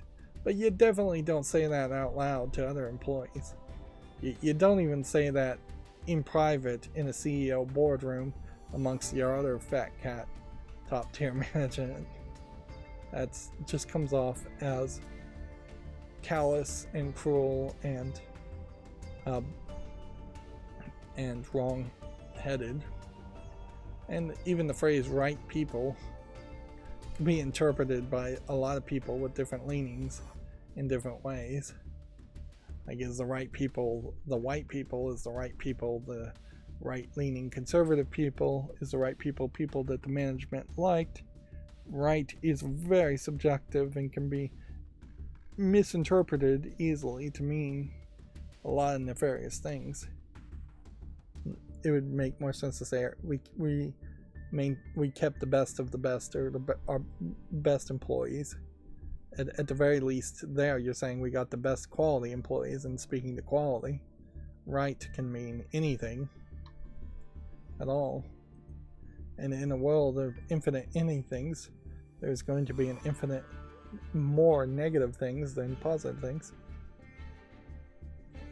Moving on, Video Games Chronicle says that Sega says development of its first, quote, super game is progressing steadily, which, I mean, is that really information at that point? Is that worth an article to say, hey, we're still working on this super game concept? I think it's very possible in the mind of Sega, a super game to them is just what a AAA game would be to everybody else, and super games and AAA games are just something Sega has never bothered to really try and make for at least a very long time. I would say for like the Dreamcast launch Sonic Adventure, that was probably the last time they were really ambitious as far as a Sega game. Now this is interesting news and speaks very poorly as far as the usability and longevity of Twitch as a website. The Nintendo Switch Twitch app is going to be delisted and shut down in January 2024. I wouldn't be surprised if some of this has to do with maybe new protections, but also it seems like Twitch, if they cared one bit, would have bent over backwards to address any new laws or protections that needed to happen. It's possible that they looked at the statistics and said, hey, there aren't that many kids watching Twitch streams on their Nintendo Switch, so we're just supporting this for no reason. And it is, I guess, possible that this might be an indication that Twitch is just trying to double down on emphasizing that it really isn't for kids. But if you switch the word Twitch with YouTube, this would be huge news. Meanwhile, YouTube is just going full nuclear war, not giving any chances, it seems, against people using ad blockers on YouTube ads, and manually striking a content creator who created a app that, in all fairness, did violate the terms of YouTube by like doing the same thing that YouTube does. You can't really promote a service that does what YouTube is, which is completely unfair. That you can't say, hey, come over to my BitChute account without fear of being struck, which weirdly, a lot of my videos are actually processing on BitChute lately, which that's just been dead for months, if not years. BitChute is weird. It's one of the weirder ones where the videos are on the blockchain, so people have to watch it enough for it to end up on the blockchain in the first place for other people to see it. I don't even know how you start that process there, because it kind of does feel like a chicken before the egg problem. But yeah, in particular, Louis Rossman, you can look up, has like 2 strikes on his account now, manual strikes, for promoting an app that would let you follow content creators across multiple services. That I think he's involved with and he created. It's not a terrible thought. That being said, the app itself doesn't seem to work for me with ad blockers in it, so I wouldn't be surprised if there's possibly some ad blockers on my router network that is making the app not work, because I haven't been able to really play with it. Even at that, though, it would be very, very hard for me to figure out the names of people I follow and start following people or know people by their names, which is a problem in a nutshell. That people tend to watch either random video. Speaking of algorithm randomness, there's also increasing talk about how Google is just getting worse and worse, and I'm not sure what service to move to. You would think Bing would be your only other option. Like I generally use DuckDuckGo, but DuckDuckGo is they're talking about that being even worse than Google nowadays. It's just the internet in general is, as far as search engines, are getting worse and worse. We may eventually end up going back to like web rings if it gets down to that. As a response to them refunding everyone, release cross progression. So clearly Respawn players want cross progression way more than anything else. Obsidian's Grounded has added content creation tools with a new update. Similar to Halo's Forge mode, Grounded players will let players make their own backyards and release them to the community, which I don't know how many people are still playing Grounded or ever were playing Grounded. Its slow early access rollout, I think, really hurt it, and yeah, it's kind of a shame because the Honey I Shrunk the Kid's idea is an interesting idea. In part, though, I think part of the problem here too is that there's just not a single player mode there where you could go through a small single player story mode and survive being shrunk in the backyard before opening up a multiplayer experience, if you must have multiplayer experience, which maybe there's some argument for that kind of game to have multiplayer, but maybe there isn't. It left certainly a window open that's open even now for somebody to make a game that looks very similar to this, to Grounded, and just make it a narrative storyline based experience for a single player. But yeah, nobody's tried to rip it off yet. I've still got that new macro installed and it's kind of working, but I'd have to move everything around, and I'm still trying to figure out if it's working quite perfectly. So what's happening is when I click on a tab, it's going back to previous tabs instead of just moving to the next tab on the right. Maybe I need to look at the other macros I have and see if I can change some of their settings to work better. I think we had already talked about this story, but here you have a Video Games Chronicle. A Capcom programmer says mods should be blocked as there's, quote, no different than cheating. This is a Japanese Capcom programmer making a very stupid argument. If I didn't talk about this, let's just shoot down the argument very quickly. Cheat mods, or cheating software, have cheat in the name and are designed for cheating, whereas modifications, mods, are designed for modding the game in general and often are not designed for cheating. In the case of adding Thomas the Tank Engine into a Resident Evil game, which is I think what this is, or much more often in the case of just changing the lighting appearance or the outfits of a character. And in some cases you might have something like the Doom 3 flashlight mod that is so much better than the original experience that they effectively just included it in the Doom 3, this is the original Doom 3 game, gets re-released with effectively having the flashlight mod installed. And certainly it doesn't touch upon what is increasingly going to be a problem in that a lot of old games in particular are just too long, so modding things would make a lot of sense. I think you could triple your audience to play old Final Fantasy games, even old 8-bit ones, not by redrawing the graphics and making it look more modern, although that would help, but just by having a mod in it and promising that there's going to be an accelerated, abbreviated mode to it, where you're going to fight one character and you're going to jump up at least one skill level every time. You're not going to fight 20 of the same rats to grind in the game. You're just going to...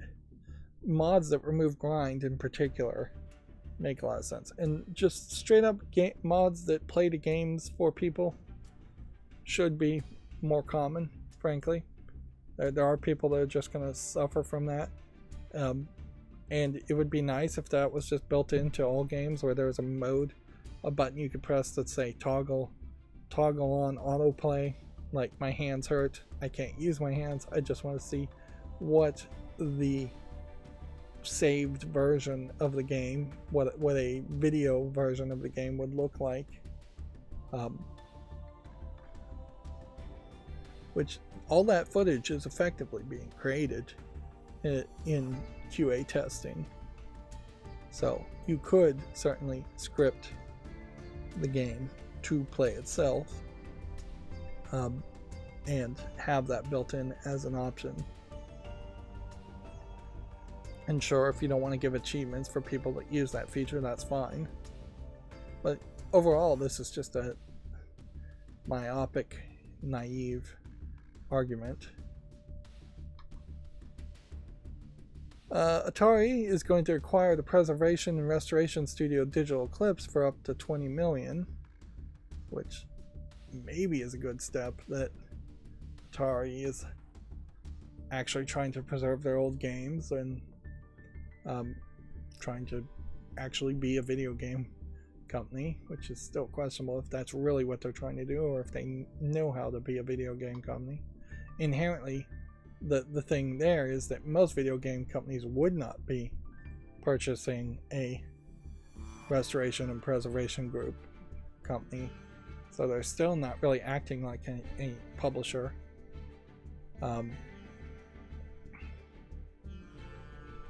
Let's see, why did I have an Alone in the Dark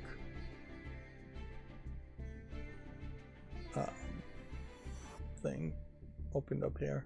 I don't know what I clicked on here that would have, I must have, I mean, there's this creator's reaction compilation here for Alone in the Dark, and if anything, I guess this is a happy little accident where we can point out that very little promotion has happened since September 5th for the new Alone in the Dark, and I really don't feel like there's the greatest of hopes that Alone in the Dark is a thing, or the new Alone in the Dark is going to be a thing, but we'll have to wait till the game actually comes out. The interactive series Silent Hill Ascension, which they were saying is not a game, but it's more of like a Twitch plays Pokemon type experience, although noticeably not using any kind of Twitch integration as far as I can tell, or as far as I can tell, even in integration with Discord, which it would make a little bit more sense to see software like Discord getting that kind of idea. But maybe there is some software built into this. But yeah, I can already tell you that this game, which is not a game, this interactive experience, does not look fun and is not going to really be anything at all. There's 3 options here: finish the oath, run, plead for mercy. If you finish the oath, you get redemption. If you run, you get suffering. And if you plead for mercy, you get damnation, it looks like, and it gives you 100, it looks like, points for each, although these might be points that each individual has and spends, so you're perhaps spending more money overall. But the main problem here is you've got this live screen, and you've got all this interface, you've got this chat, and even these 2 characters don't really feel like they're Silent Hill characters, or particularly well animated, and being in a dark room doesn't really feel like Silent Hill either.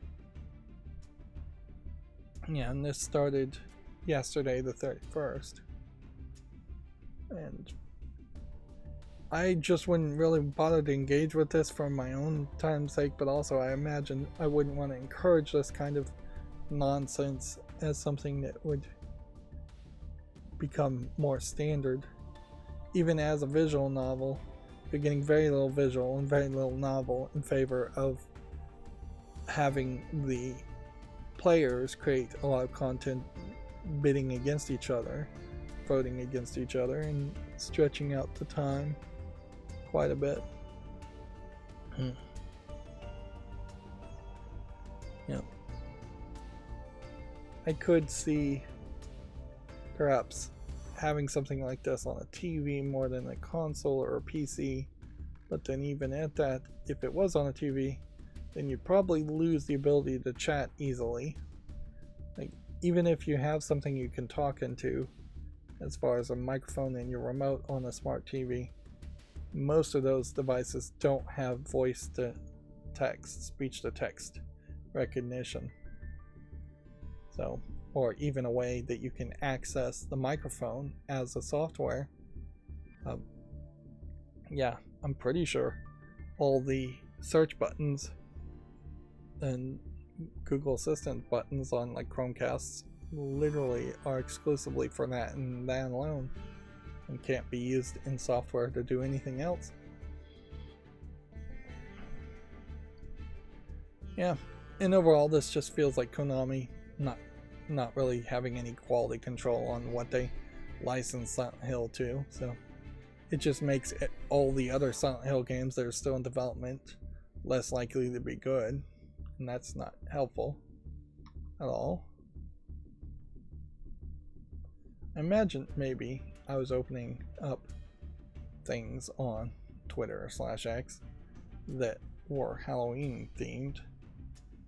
That being said, Twitter/X still has this problem ever since it became X, in that it just doesn't want to show you things and it wants to reload the page over and over again. But yeah, here you can see some BioWare Halloween candles. What are these called? Jack-o'-lanterns? Yeah, that's what they're called.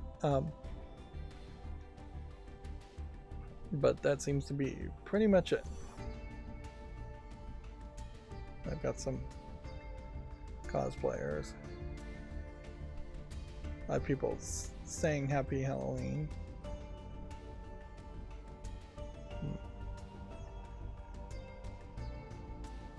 But yeah. At this point, I think I'm just scrolling down to Halloween hashtags or ads. Halloween really shouldn't be a big event, in fairness, for video games, but it really feels like it should be more of an event. We already looked at this. Like, since cosplay of video games is encouraged and fairly well received, it would make a lot of sense for Halloween costumes around video games to make a lot of sense, and since Halloween at least pretends to be a kid's thing, it would make a lot of sense to see more of that. Weirdly, there isn't any real licensing going on or direct sales. In modern times, you would think that video game companies would say, hey, we've got kids costumes based on our characters. Ellie and Joel from Last of Us is a great example of this. Why isn't there a Last of Us costume that you can buy directly through either Amazon or directly through I believe it would be Naughty Dog that made Last of Us, that they were selling? Like, yes, video game companies probably shouldn't get into the deal of making physical products and delivering physical products, but they should be licensing it out to somebody more, as far as let's sell better costumes and cheaper costumes than going to like a Spirit Halloween store and getting a generic clown outfit or generic vampire outfit, or making your own, which again, that's a great example of corporations selling you costumes, where originally Halloween was very much you made your own costume, and you wouldn't waste money on a costume, and you wouldn't get a cheap, poor quality costume usually. Moving on, GameDeveloper.com says Alan Wake Remastered had recouped development and marketing costs after 2 years, which, okay, that's good for an old game. I think you kind of want to make all of your money back in 6 months to 6 weeks, though. Like, you don't want it to go on forever and never recoup your costs, but inherently, Remedy, or the makers of Alan Wake Remastered, the publishers of them in particular, would have to now have spent 2 years up until this point paying more money to the development team to work on the next Alan Wake 2 or whatever next game they were working on. And very often it's the case that the publisher just doesn't do that, and so the people who worked on Alan Wake Remastered may have been underpaid or unpaid for the past 2 years, as they're they don't have a publisher funding their next development of their game. It's a little bit roundabout thinking, I know, but the faster a game recoups all of its development and marketing costs, the faster the rights turn over to the developer, if they're ever going to turn over the developer based on whatever contract they have, or the faster that at least profits would be going to the developer. And 2 years is certainly a long time to wait to get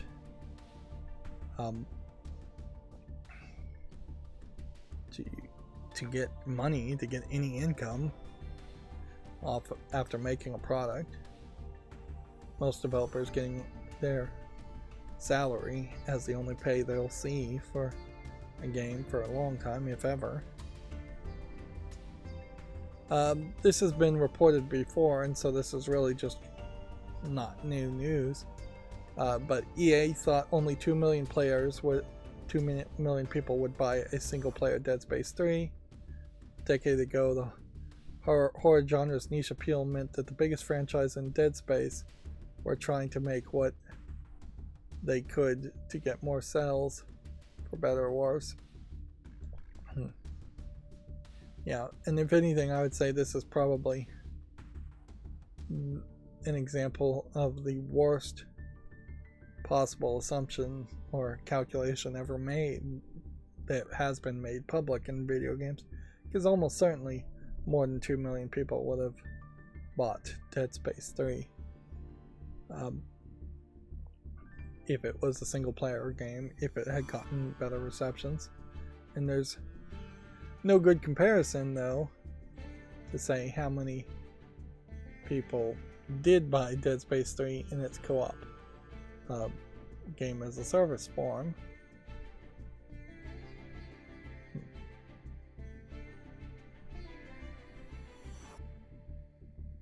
But I mean, it really is just also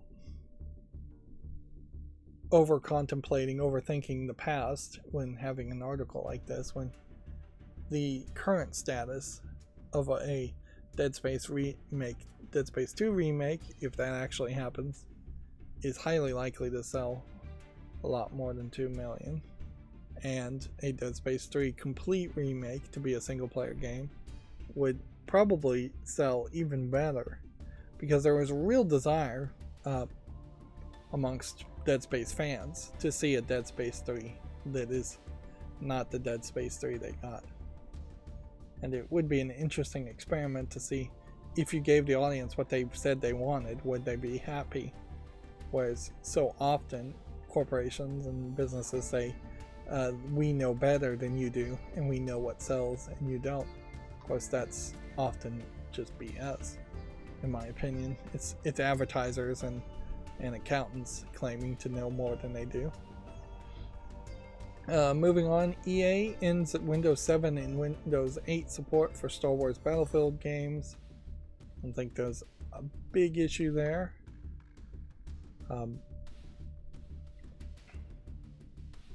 far as cosplay goes from video games, this one has the hashtag of Texas Chainsaw Massacre the game, where you have a character dressed as Sissy from Texas Chainsaw Massacre. I haven't ever actually watched that movie, so I'm not even sure if this is a good depiction. I'm not sure if the tattoos are fake and appropriate or not.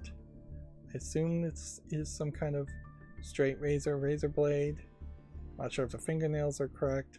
I'm not sure if the dress is correct. I'm not sure if the tattoos here are correct. But yeah.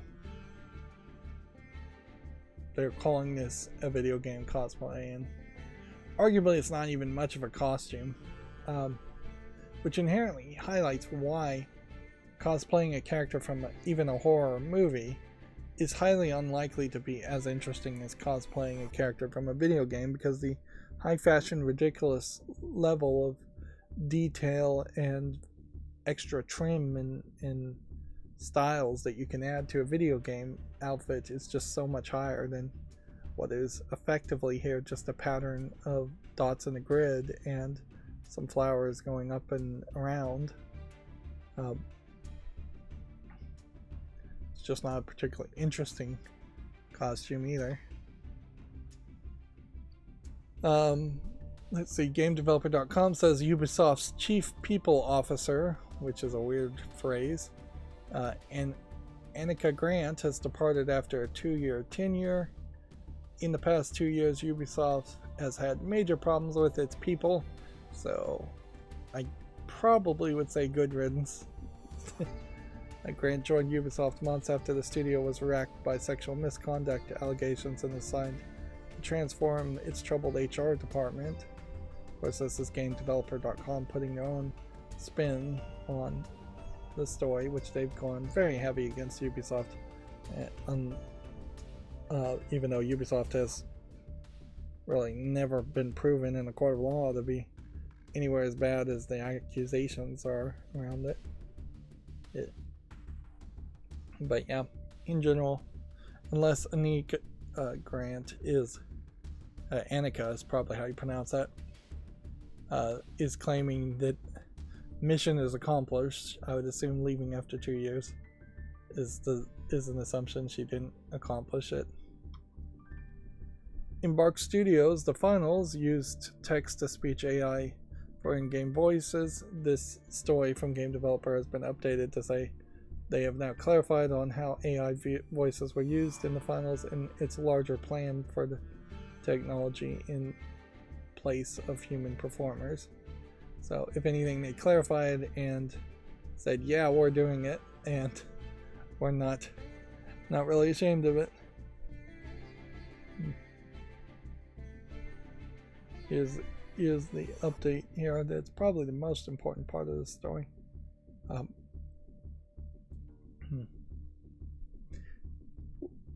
Let's see.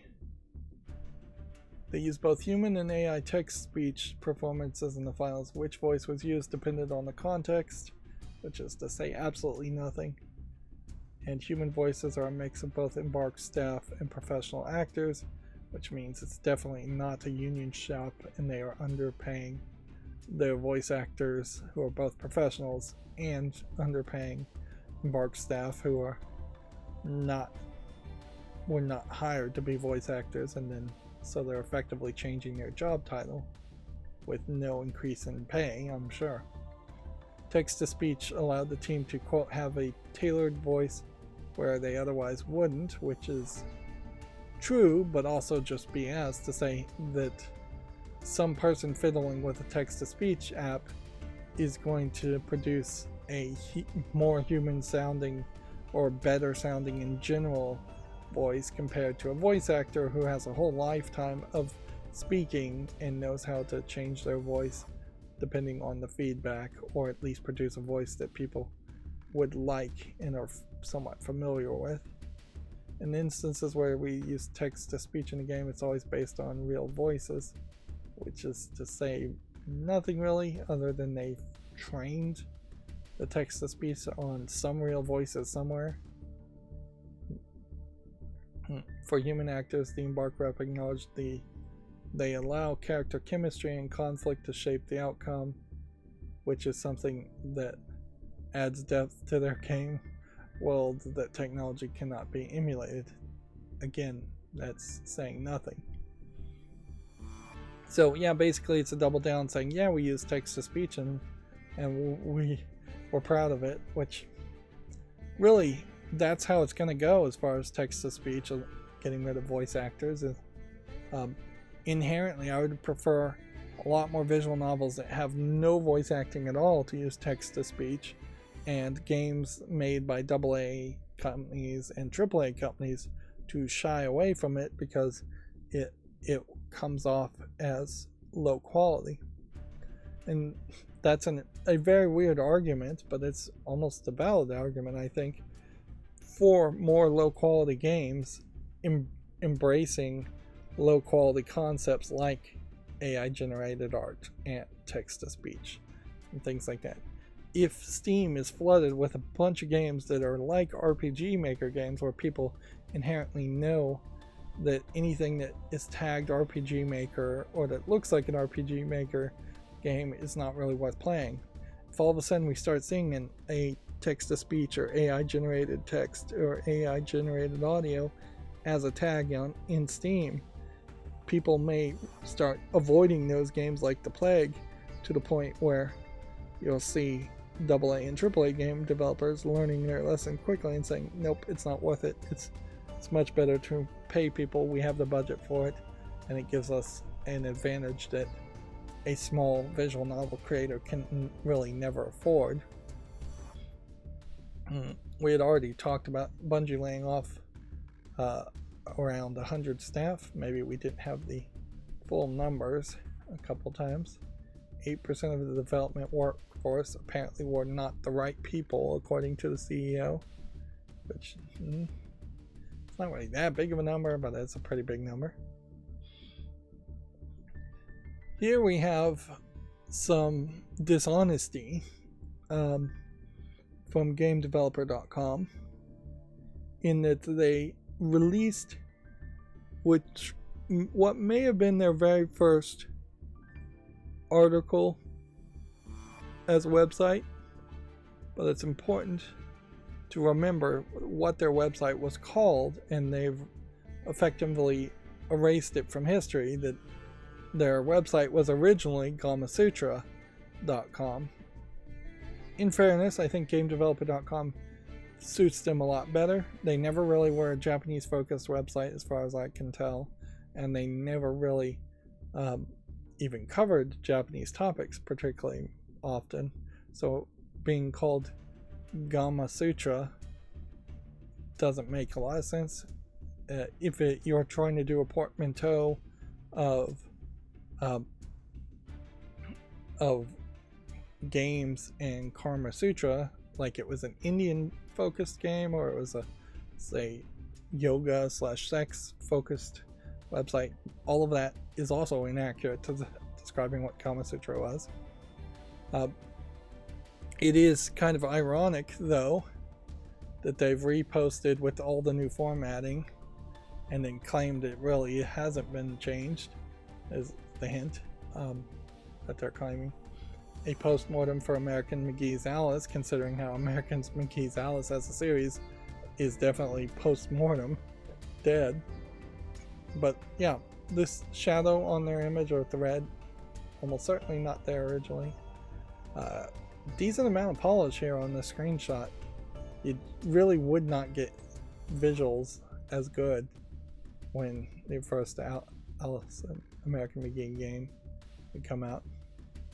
Noticeably too, let's just look at how many screenshots and how it's formatted for this article compared to the usual 2 to 3 short paragraphs you get from GameDeveloper.com these days. You never get sideline comments and visuals, first of all. These are fairly small. Of course, you know what? In fairness, if we're going to look at this correctly, I should turn off the ad blocker and let's look at it fully, or as fully as we can get it in the format that it should look. I don't think that really changed too much, other than adding a whole bunch of visual nonsense and garbage.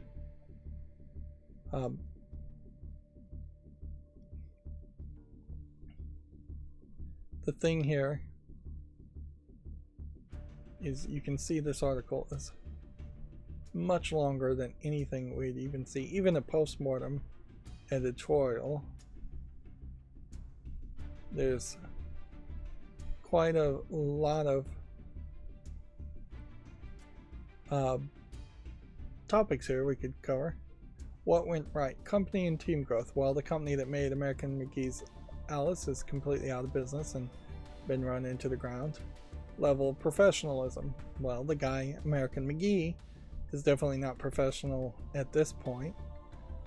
Still weirdly putting up photos of his family on his YouTube channel instead of having a separate private thing. Creative freedom. I'll grant him that there's an astonishing amount of creative freedom that American McGee's Alice was given from EA, I believe, being the publisher. And then guerrilla meetings, I have no idea what that's even supposed to be. What went wrong? Scheduling, well, that's a big deal. Communication, that's a huge deal, even bigger. Lack of pre-designed time and assets, that's a big deal. No time allotted to prototype new gameplay innovations, that's a somewhat big deal. And then outside help, I think, would definitely fall under the category of if your boss can't work or if your team can't work with outside help, that's a big problem, certainly. But noticeably, all of the design bible for American McGee's third Alice game that he was trying to pretend like was going to get made came with outside help. So from this post-mortem, if the argument is that he wants to do everything internally and not get outside help, why did he drag along YouTubers and get feedback on every little thought and idea for years? And I still have no faith that he won't do it again, that American McGee won't come back in a couple of years and say, hey, we're going to try and make a new game or a new Alice game. But yeah, you can see a much more video game focused instead of game developer focused bend of this article. A much longer article.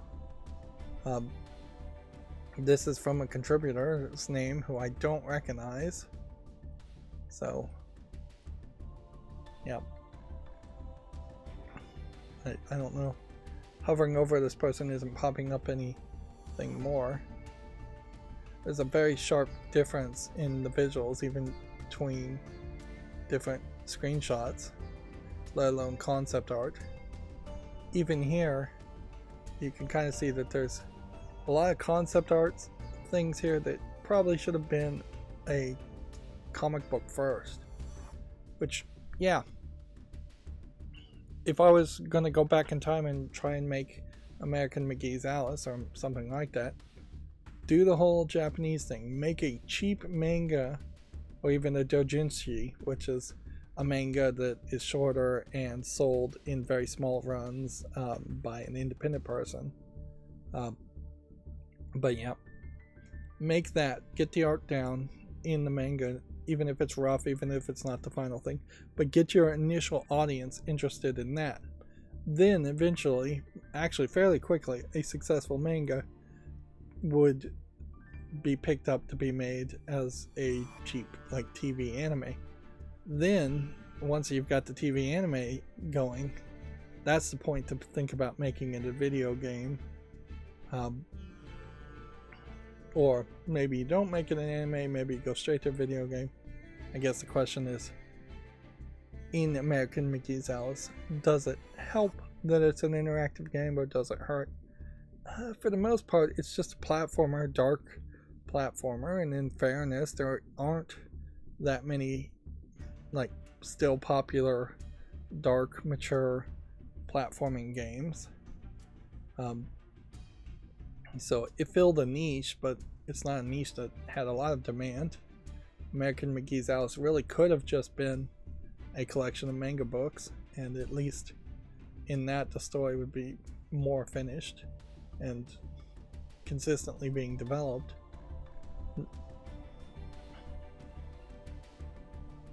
Yeah, but yeah, overall, I'm not sure it really does benefit by being a video game.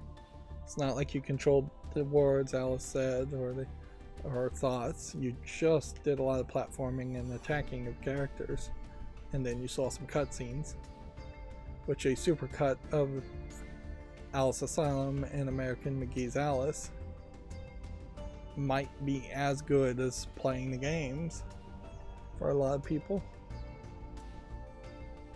Remedy, this is a Video Games Chronicle article, has provided updates on Control 2 and the Max Payne remake, if you want to look at that. Let's see, we had a couple more Halloween things. Inherently, I'd kind of sworn off cosplaying, showing cosplay photos, because it's just kind of a waste of time. Here you have a great example of what I would say is a very good Halloween costume. You've gone on out as far as the sexy nurses from Silent Hill, I believe it's 2. You've covered yourself in dirt and blood to make it feel appropriate. This photography is very much a staged photo to get it to look good too.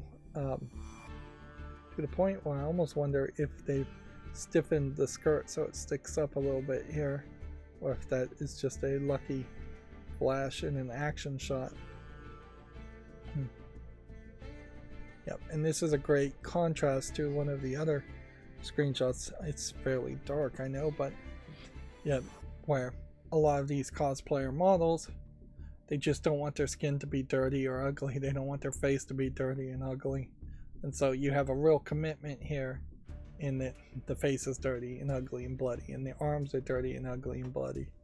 And I think that really shows a realisticness, particularly for horror characters, of what it really would be, is that you would be cut up and bleeding and dirty. You wouldn't be this perfect character that just happens to be wearing an outfit that somewhat matches. And some of that in particular would come down to like cosplay contests. If this cosplayer was cosplaying in a contest, how willing is she to keep the helmet on effectively, keep the mask and the bandages on her face, or is she trying to pull it off at every opportunity to either breathe or talk to people? GameDeveloper.com also has this clean slate versus reactive design article, blog post from Warren Spector, which this is, if anything, I think the creator of the God games, maybe?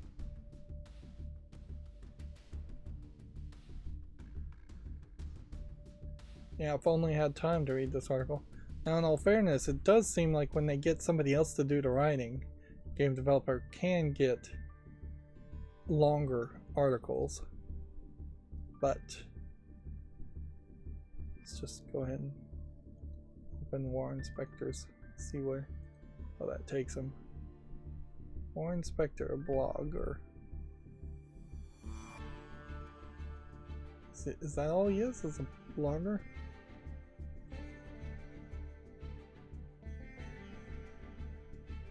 Oh yeah, he was the guy that made Deus Ex and Epic Mickey, or at least Epic Mickey 1, which is not available on Steam, and it's a shame because I really didn't like Epic Mickey 2 that much.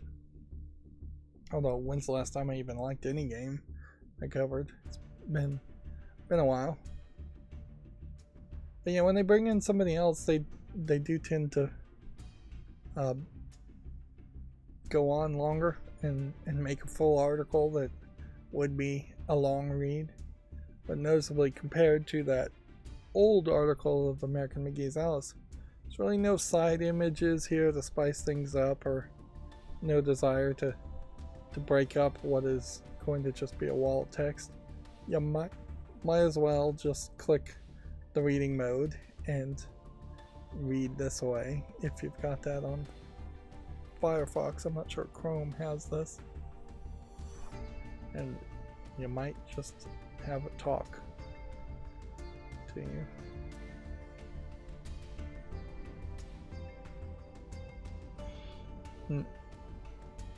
Going way too slow. And then you have an interesting thing. This was retweeted by the creator of Return of the Obra Dinn, in that you have people claiming to be cosplaying the characters in Obra Dinn, but the problem with that is you never see the protagonist in Obra Dinn, and the art style in Obra Dinn is very much just a pixelated pencil sketch art style too. So even if you were cosplaying one of the victims, one of the people who died on the Obra Dinn, you probably wouldn't recognize them or remember them. Like, as far as I know, yeah. So this might be like the captain of Obra Dinn. I don't know if there was a monkey in Obra Dinn, so maybe this is the captain, maybe this is the captain's wife. I don't know if the captain's wife actually killed anybody in Obra Dinn. But overall, you're really just doing kind of steampunk without the steampunk element. You're just slightly dressing up as the character. You found a monkey doll, you found a pocket watch, and then you've got a vest on and a fancy ties. But I mean, this really is just a shirt and a blouse and pants. And this is really just a shirt and a vest and a tie. That's all you see. So not really much of a costume. More probably on the makeup and the hairstyle than anything. But if anything, I think that highlights the lack of non-cosplayers actually dressing up. And maybe that's just a statement on how many people actually dress up for Halloween these days in general. Because the two previous ones looked like they were real cosplayer girls. They're mostly just trying to push people to their OnlyFans, I assume. Whereas this feels like this is just a couple of people who actually did make a costume for Halloween and don't cosplay 24/7 or year-round.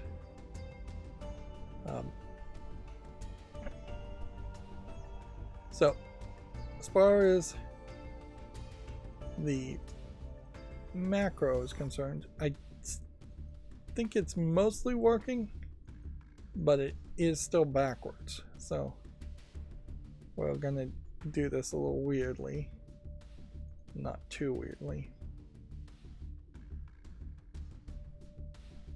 So the Steam Scream, the revenge is still happening, and if I bother to claim the reward, I'll claim the rewards, but that's basically all I'm gonna do with it. And then my chart is still going. We're seeing spikes in PUBG Battlegrounds surpassing. No, it's not PUBG, it's Apex Legends spiked up and surpassed PUBG Battlegrounds, which it's done that before. We're seeing a fall from the finals playtest.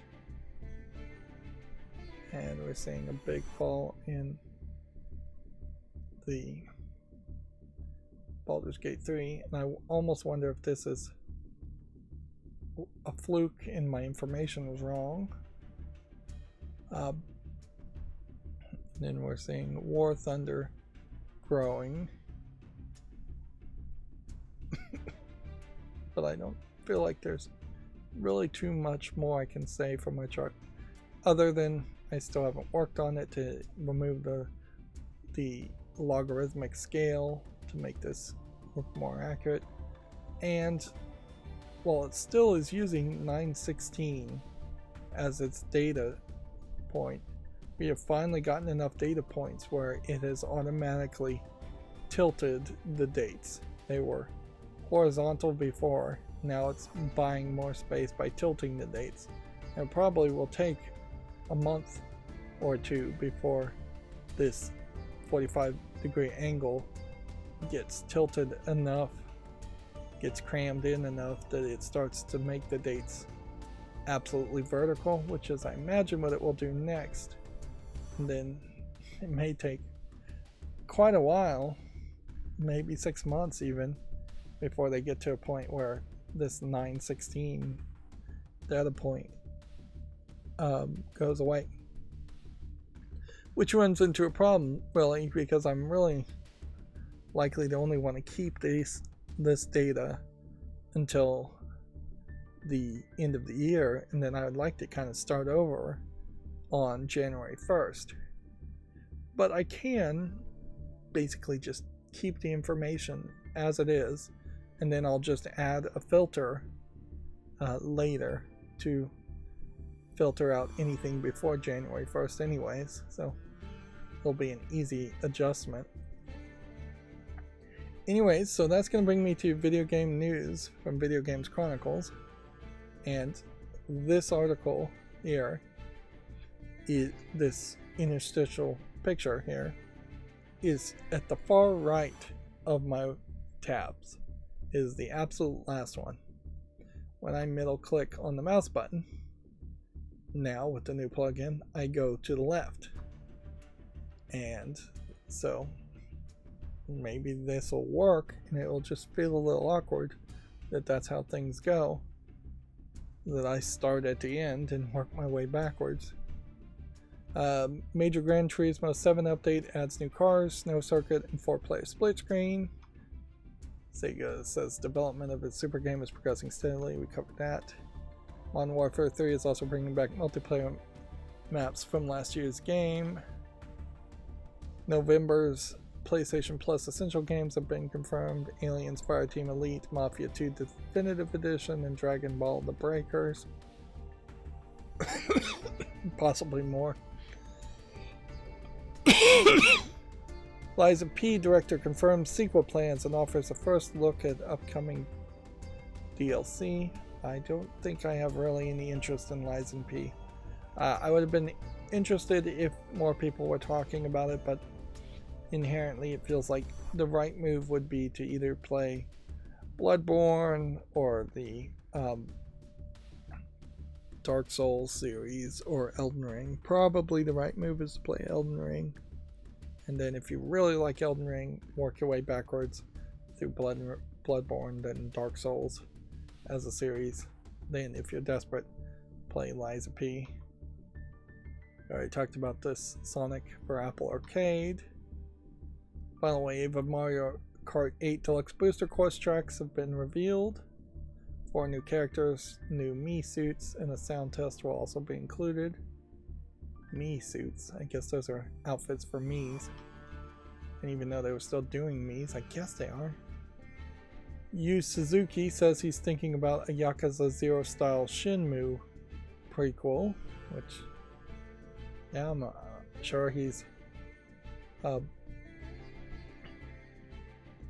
thinking about a lot of things. It'll take a lot more than that for it to actually end up being a real game. We already talked about this convention panel that these two are going to be at. The first WarioWare Move It review has been published in Famitsu. The Japanese publication praised the Switch title's new control scheme. Setup image is confirmed that the new PlayStation 5's disk drive requires online pairing before use. Both digital and disc edition consoles will need a one-off internet connection. Noticeably, it seems like you also have to restart your entire PlayStation 5, which is quite a lot, but it definitely highlights that there is a install that's happening there at a very low level before you get to the operating system of the PlayStation. You're doing some kind of BIOS, trusted platform, module handshaking. A PlayStation 1 style fan game called Bloodborne Kart has a PC release date. The free racing game started as an April Fool's Day joke. which we've had more than you would think of April Fool's Day jokes that ended up being made a game. Although I don't know what really you're getting here by having this PlayStation 1 art style. Like, it's probably more work to emulate PlayStation 1 low polygon art style than it would be to just have a modern looking Mario Kart clone game with Bloodborne characters.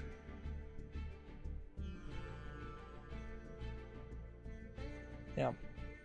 And at a certain point, they probably should have just made a 16-bit Super NES Mario Kart clone visuals instead of going PlayStation 1. PlayStation 1 is in that odd middle ground where the graphics just don't look good, whereas a 16-bit 2D pixely version of this would probably look a lot better.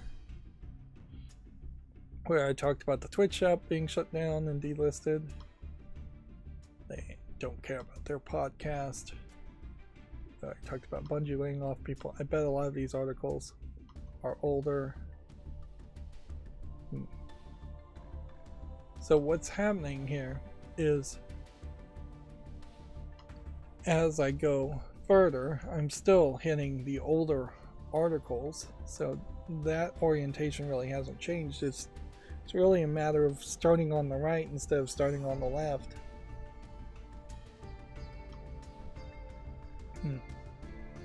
David Hayter returns to promote Metal Gear, teases this is only the beginning, which, whatever. I don't have any faith in Konami, but to actually do anything with Metal Gear that's good, I'm not even sure Metal Gear as a series is good. A veteran Bungie composer, Salvatore, he has reportedly departed amid layoffs.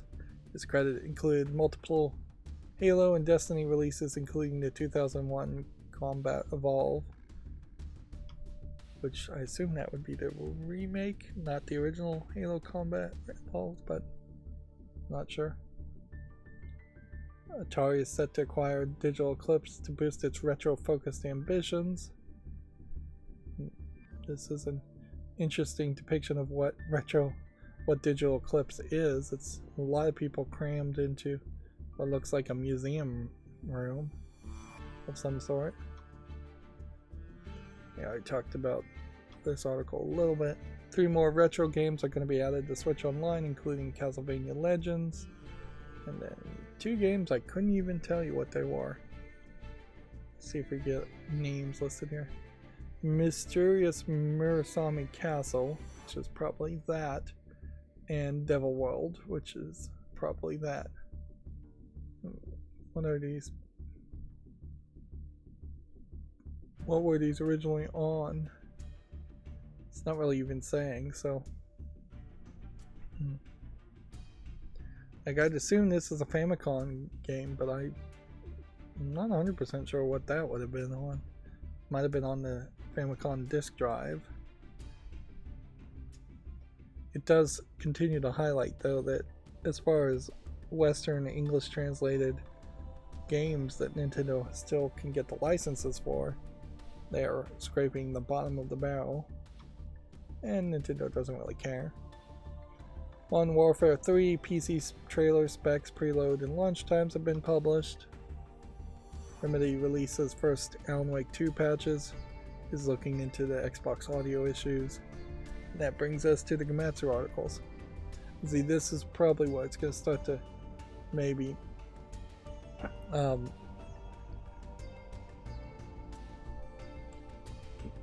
work poorly with this new plugin as I start to open new tabs to see. We'll start to see where these new tabs start ending up. Paid expansion of Rift in Time and Apple Arcade version and more. It's really hard though to have any care at all for Disney Dreamlight Valley, when really it should just be a huge deal. The day before for PC has been delayed to December 7. it's now an early access release, which I'm sure people aren't happy about that. Under Night in Birth 2 Cis Celeste for the PS5 and PS4 open beta test is set for November 17th to the 20th. Ys Nordic's demo is now available in Japan. The PlayStation Plus lineup we already talked about. Snufflekin Melody of Moomin Valley has been confirmed for the Switch. My Hero Ultra Rumble downloads have topped 7 million. So remember they said that they only thought 2 million at most people would have bought Dead Space 3 when it came out if it was a single player game. Well, look at a fairly niche game here, popular amongst fighter games, popular amongst anime fans of My Hero Ultra or My Hero Academia, but not huge deals. It's getting 7 million. So with those two price points, you can kind of speculate on very little evidence that a Dead Space 3 now probably should target somewhere around 7 to 10 million downloads, installs, purchases. You're not going to get 20 million, you're not going to get 100 million for a Dead Space 3 unless you're very, very lucky. And certainly even 2 million back in the day when Dead Space 3 was released really should have been an acceptable amount. At 2 million, anytime you say something million, you should be doing good, not poorly.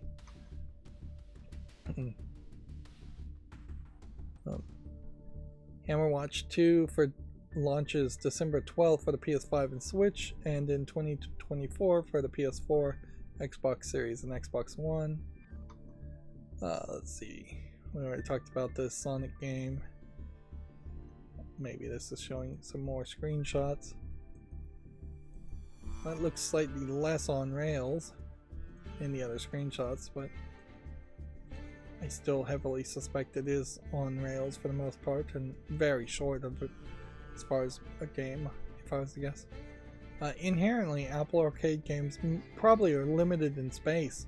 It would be very weird if the Apple TVs, which they're targeting as far as boxes in Apple Arcade, have gigabytes upon gigabytes of extra free space for games to be installed on.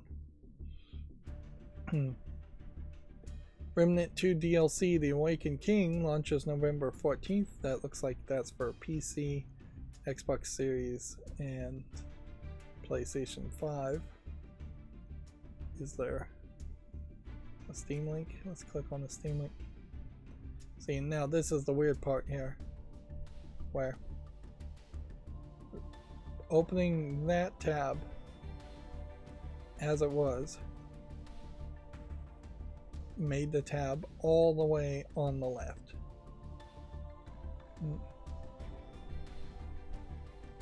There's no DLC being shown here for this game. And then if I click that, it brings me back to where I was. So that's somewhat helpful, I guess, but it does also create this weird situation where all of a sudden then tabs will be really far away from each other and in the wrong place in general. At this point, with everything backwards, I'd want new tabs to open on the right. Gran Turismo 7 Spec 2 update launches November 2nd. Mario Kart 8 Booster Course Pass Wave 6 launches November 9th.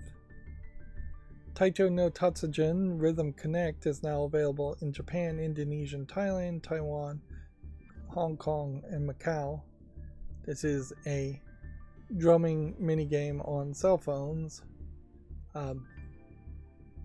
but with the music licensing issue, I wouldn't be surprised if it never really comes to the West. Not that people even are super fans of the Taiko no Tatsujin series, or whatever it's sold as in the West. It's almost certainly got a localized Western name to it. There's a fairly big and popular drumming minigame in the East, although in fairness it's a lot more fun if you're playing it in the arcade, or if you have an accessory you can plug in where there is an actual drum-like device that you're drumming on instead of just tapping on a cell phone. It'd be fairly easy to make a Bluetooth device, cheap Bluetooth device that was a drum, and sell that. We talked about this. The Young Maiden Otome visual novel Akuyaku Reijo wa Ringoku no Otaishi ni Dikei Sareru has been announced for Switch. I don't think I completely got that correct. So yeah, it seems like we'll probably still see visual novels getting released for the Switch or Switch and PC, and skipping over Xbox by default, which is, I'm not sure I've seen more than a dozen Xbox visual novels ever released from Japan in particular, but also very much more noticeably skipping over PlayStation 4 or 5. We may be seeing an increase in or decrease in PlayStation 4 releases in general. Grand Blue Fantasy Versus Rising has been delayed to December 14th. There's the Famitsu review scores for issue 1822, giving Air Twister 29 out of 40, that's low.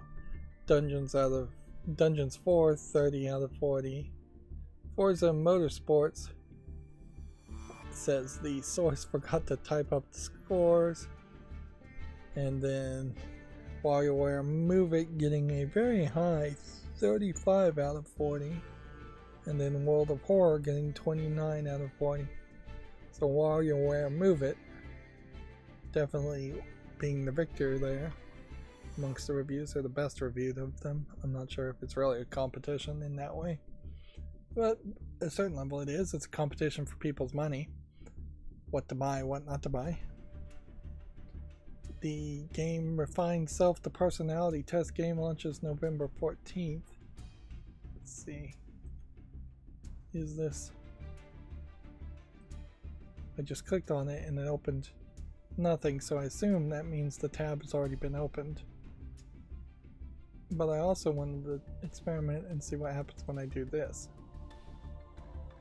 Well, in that case, nothing happened. Whatever. So I assume that tab is just already open and it's just stopping me from opening duplicates, which is what another plugin does, which is helpful. Last thing we need to do is cover the same game multiple times.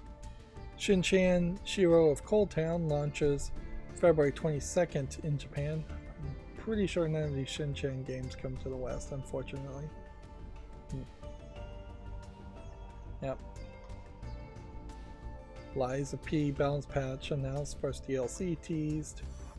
The dark narrative puzzle game Gloomy Eyes the game has been announced for PC. That too did nothing. A 2.5D side-scrolling precision platformer Fall Up is going to be published by Astrolabe Games. Inherently, the fact that it doesn't take me to those tabs is a bit of a problem, but it's not that big of a problem.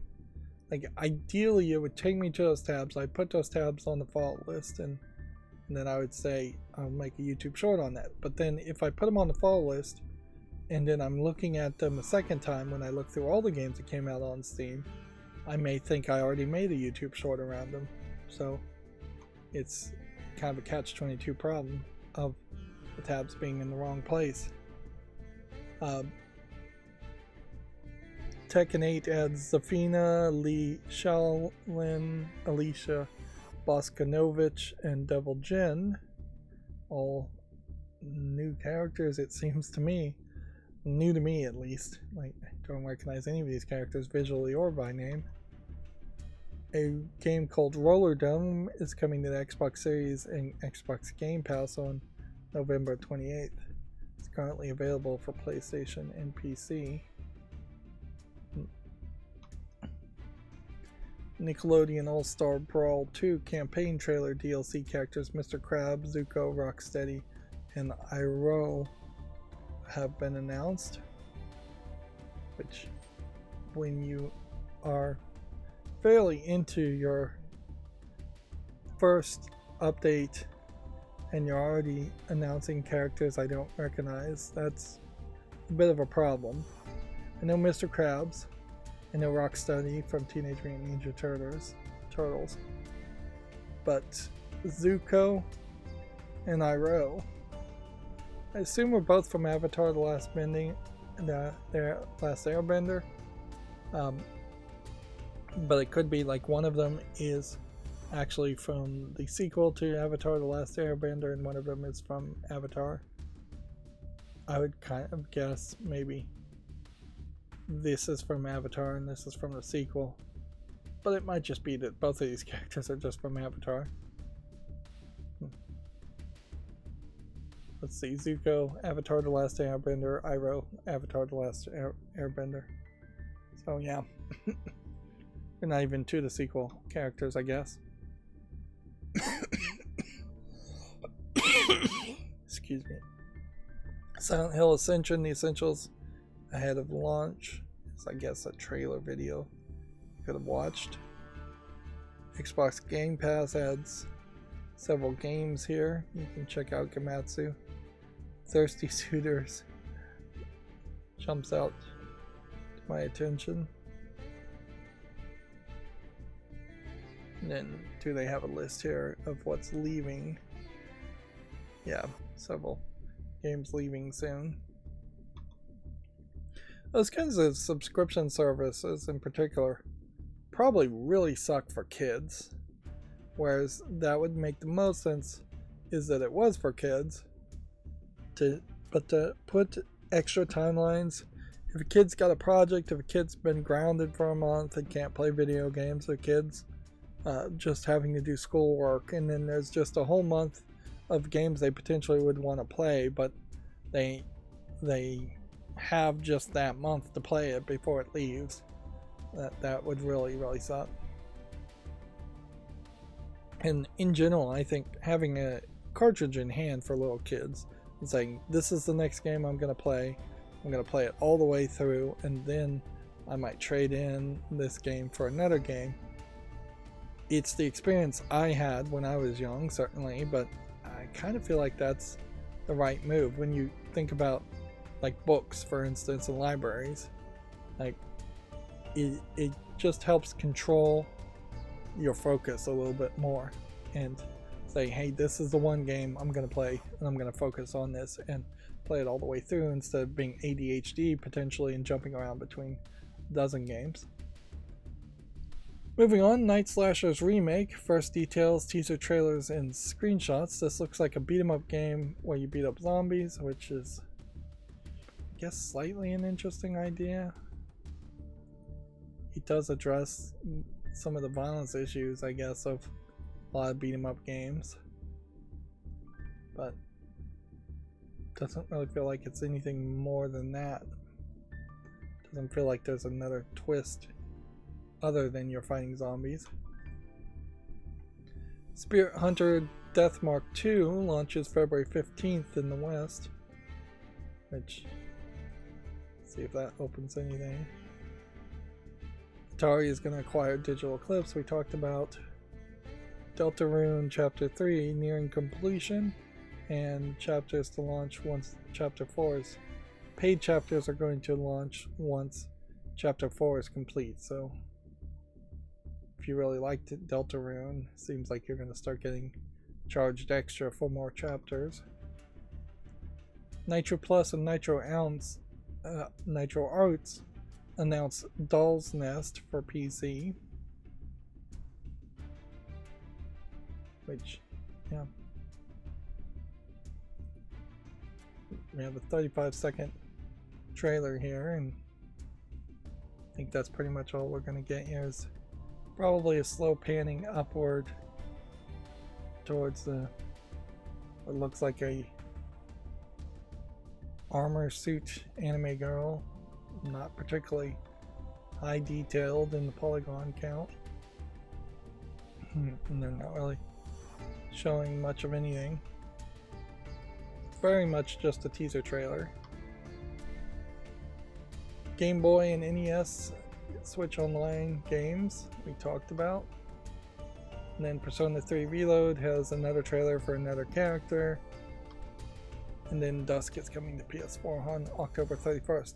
And if anything, it feels like the macro at least worked almost perfectly there. And it didn't open up any duplicate tabs we'd already talked about previously in the previous stream. Now I'm clicking on tabs and I'm expecting that they're opening somewhere, but I almost wonder if they're just not opening anywhere. That would suck if that's the case, but whatever. Moving on to GameDeveloper.com articles. We already talked about this. Let's see. Let's see. Devolver Digital to acquire Astroneo developer System Era for up to $40 million. Definitely feels like Devolver Digital is on a bit of a spending spree. We already talked about this. And then that immediately finishes all the GameDeveloper.com articles. Steam follow-up list cleanup. We have probably not a lot of games really. We have Freddy Archives here is already mixed from August. This is a parody of Five Nights at Fridays, I'd say, but not quality, so we can remove that from the fall list. And then we have a game that again is mixed where you play as pirates, so that can go. There should be more games for the fall list cleanup, but that must have failed. We're not at the end of the show yet. This is where things got backwards. And that means because I saw that, I might be in trouble here. I need to turn the auto blur back on, particularly these days where we're seeing quite a bit of adult games in the past week and a half or so on Steam. Okay. That auto blur did not work.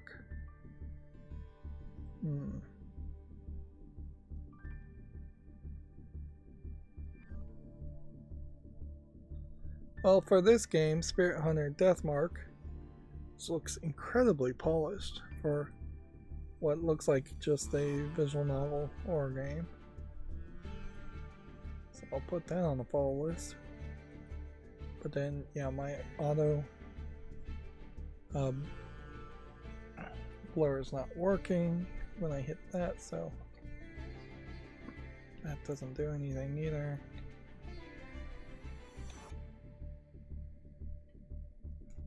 Let me then have to figure this out before we go any further. Yeah, auto blur is not working.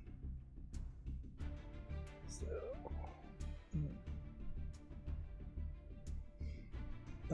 part of the problem here is the text scrolling thing. The news at the top, which I'm not sure I've ever gotten any feedback to anybody like that.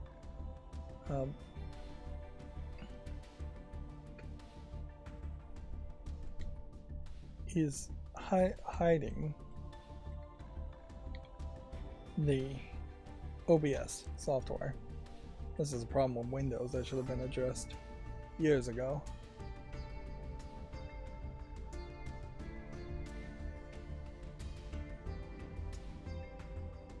But yeah,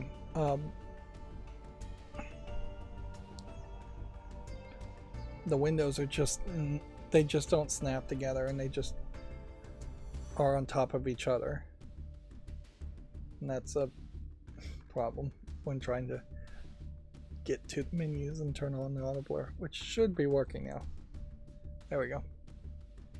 Now inherently my auto blur probably does, for one frame or two, show everything unblurred, but YouTube's never complained, and in all fairness, I don't think YouTube should complain if I am clicking on new games that came out on Steam and I click on an adult one, and for one frame out of 60 frames per second there's a flash of not YouTube friendly content, which they have some wiggle room in that. This game, Roller Dome, might have been a follow-list cleanup, but it's already on the wish list, so I don't know. This is probably one of the articles I clicked on. Yeah. So what would happen here is that all of the games that I clicked on to look at would be far at the left, which may just be Gloomy Eyes, and then now while I'm clicking the middle mouse button, it's taking me to the right when I don't know why it's taking me to the right. It really should be taking me to the left. But whatever, it seems to be working.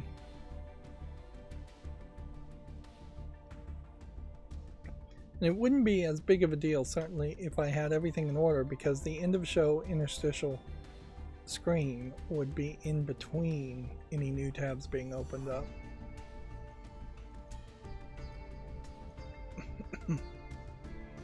Or the follow-list cleanup, which I also want to move around and have at the end. Don't want to do anything with Meowing Point. I feel like I already looked at Meowing Point. Yeah, I don't want to do anything with it. Yeah, I did look at these games because the macro totally failed there, and I have no reason why that is failing. So I had to manually open all of the new games, so I went back too far, which arguably means that there's a lot of games here that I've already rejected once. But probably not that many. I only went back to the 30th, so that seemed like the right day. Here's one that's already on the follow list, which means we already looked at it. And here's another on the follow list. Here's another one we looked at.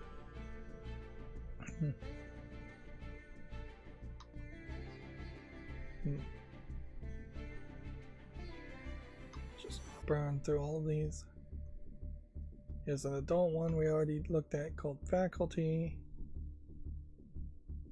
Here's one that was already on the wish list. Vindictive Drive here might be the point where we're actually looking at new games. This one's not visually polished enough though to work for me. The House, I don't think quite has enough visual polish. Paper Dash Ghost Hunt is just one more of these asset flipped flying paper airplane games. Phoenix Initiative might be something, probably isn't. Here we have a Shrieking Darkness. It's already on the follow list, mostly negative. We'll take that off the follow list then. Here we have another thing we already looked at. Yeah, I guess the question is, how many of these are going to be duplicate? I thought I'd already looked at all of the duplicates, but maybe things are somehow getting slightly out of order. Who knows? Like, I'd have to understand why the macro didn't run in the first place. Because the changes I made with the plugin shouldn't have changed how the macros run. Umber Halloween. I think I'm gonna say no to this. We do have run into this problem now that it is November 1st. Anything with Halloween in the name is just gonna feel like it's old hat and not worth dealing with or playing. This one screenshot looks interesting, and then the rest of these screenshots look pretty awful. Even this one. Yeah. Inherently, if you want to make a horror game and sell it on Halloween or in October, that's fine, but don't put Halloween in the name and pigeonhole yourself into making a game that only would be purchased in Halloween for Halloween. This is interesting. This is a adult game called Under the Hood, where it's slightly kawaii anime girls, 2D colorful anime girls, and they seem to be mechanics working on cars.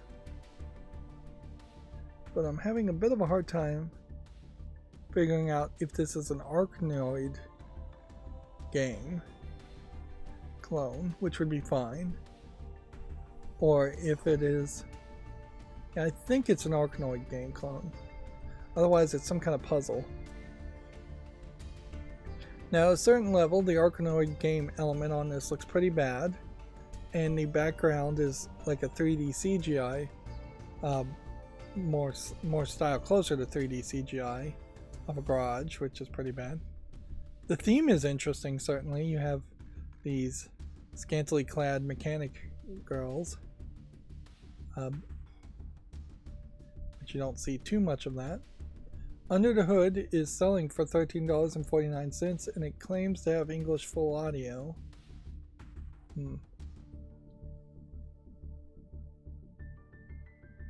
But I'm with the 3 different girls. I'm not sure if there's really a ton of game here. You always have that question. Seems like you collect nuts, as in wrench nuts, as a currency.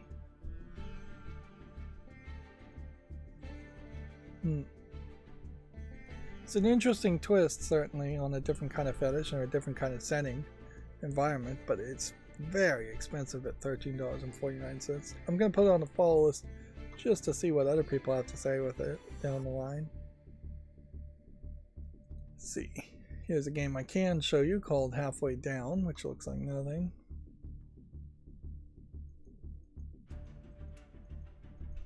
Here's a game called Hobo Man.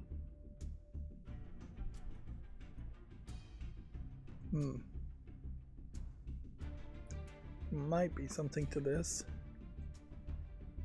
Then we're back to adult games. This one is called Image Delusion VR / 6 version, or dash 6 version. These are very ugly, I would say fairly 2D cardboard cutout anime girl lady characters that really do feel like just cardboard cutouts in a what looks like a VR game. There seems to be really no effort put into the backgrounds or settings or anything. It definitely feels asset flippy, and they're selling it for $19.99. They say it has Japanese full audio and English interface and subtitles. Screenshots I'm seeing have some Japanese text into in the interface. Very, very low quality game though. Let's see, we've got yet another desktop pet game, of which I have no interest. And then we're just back to adult games again. Man. The Queendom of Lilith Xena is the next game, which this is 2D colorful characters, but I would say it's probably more closer to a Russian style animation than a Japanese style animation. Very tall characters, very sharp edges, lacking in a lot of details and pencil marks. And this is all about being a femdom and like dominating men, torturing men, CBT. There's a screenshot where she fist punches the guy in his testicles, steps on him, things like that. Very specific fetish. If you're into it, you'll like it. If you're not, then you won't. Although the art style is rough and the actual game feels like it is just an incredibly low effort RPG maker. And this one's even more expensive at $22.49. It's English in the interface and subtitles only, no voice acting. It does seem like there's a collection of characters, a slime character, a witch character, a succubus character, a cat girl character, but they're all extremely tight, tall characters with big boobs, so they're not very varied. And then there's quite a lot of screenshots at the bottom here just showing off the RPG Maker garbage element of it. This is the actual gameplay. I think we can say no to Lunacide as a dungeon crawler. This kind of feels like if somebody was trying to make something like Skyrim, but in modern days, holding it to much lower standards than you really would need to hold a game to compete with Skyrim in people's minds. Let's see, we've got a VR game called WFD, which Water Gun Farming Defense, I guess, is the name of it. I'm not interested. Here we have the Town of Illustive, which looks like an RPG Maker game. We have a Moonbase, cat themed Moonbase simulator. I'll give that a chance. Monstroscopy, looks like a monster fighting game.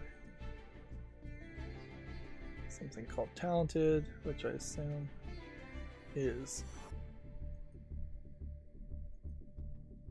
well, they say it's a bullet hell game, but I question that. It seems like you're just shooting in 4 different directions, almost like a tower defense game.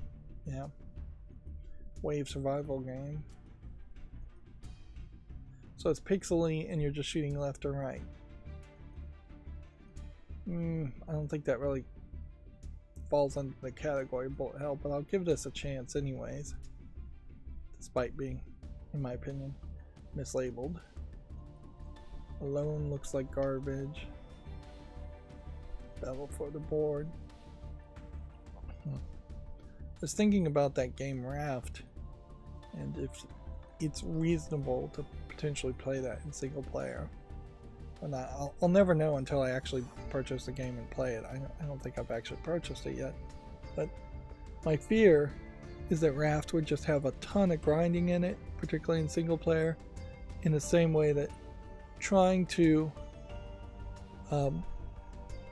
play like Minecraft, just a regular I'm gonna start a new world Minecraft solo player experience, takes up way too much time, particularly for content creators and Let's Players. And the only times I've really enjoyed playing Minecraft is when you have limited goals and you're not just trying to do everything. This is an interesting art style, so I'm gonna make an exception and put this, make a YouTube short on it because of the drawings. Otherwise, if it was just a text-based game, I'd say no. But yeah, the concept of spending 6 months playing Minecraft from beginning to the end, and just doing everything, is not appealing, and that's my concern with Raft too, is that I would just spend hours and hours and hours grinding, and either I could potentially do that though, come to think of it, as I'm trying to get more views on Twitch, just to get a backup place to upload videos. This might be something.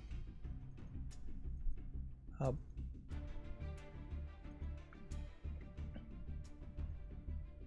yeah, I could certainly see the idea of just Twitch streaming full plays of Raft and then making episodes when something interesting happens, and doing an hour of episode and then losing content. That'd be very weird for me to lose content and edit effectively, but there might be something to that idea too. I could certainly see just pausing the recording, then unpausing the recording because of that. Here we have an interesting thing. You'd think you would see a lot more of this as far as adult games. This one's called Nymphs of the Forest, and this is technically 2D ladies in mostly nude with forest background jigsaw puzzles behind it. Effectively what they've done is they've taken a picture of a forest background and then put just a normal human lady naked in the foreground, not even really being front and center and zoomed in as much as you might want her to be in some of the puzzles. But it looks like a real jigsaw puzzle too. It's not like 100 pieces, it's potentially 200 or 500 pieces, which that's quite a commitment. Nymphs of the Forest is selling for $1.79. It's English and interface. I guess the real question would just come down to how many puzzles you're getting here if you were going to go with that. It's 1, 2, 3, 4, 5. I see at least 5 puzzles. Maybe I'm misestimating here as far as how many pieces. It might really be about 50 pieces to 100 pieces. But usually in adult games the jigsaw puzzles would be 4 or 5 pieces, 16 pieces. Yeah. But weirdly, as an adult game, I'd say it's kind of missing the mark, as it just doesn't really have enough adult content on it. At a certain level, if I was into jigsaw puzzles and I was into naked ladies, I'd imagine there's probably somewhere where you can buy real world naked lady jigsaw puzzles to do. If there isn't a place where you can do that, then clearly there's a market to be filled. It already made a YouTube short for Little Goody Two Shoes. Noticeably, this is 98% positive, though, since it's come out. Which, yeah, that's fairly interesting, and it means I can go ahead and put this on the wish list. In particular, this is a Square Enix published game that looks a little bit like a RPG Maker game, but not really. It's just a JRPG, and if anything it feels like it's more of an action-based JRPG where you have limited health and limited stamina and you're not just grinding, fighting enemies over and over again.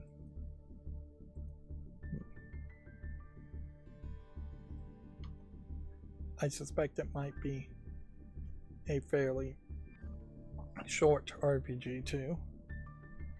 Jusant is out and it has a massive amount of reviews too, 95% positive, which, if anything, I think this highlights the very unsatisfied demand for new games that we've had pretty much since January, if not much longer. So put that one on the wish list. Fear of Darkness doesn't look like anything.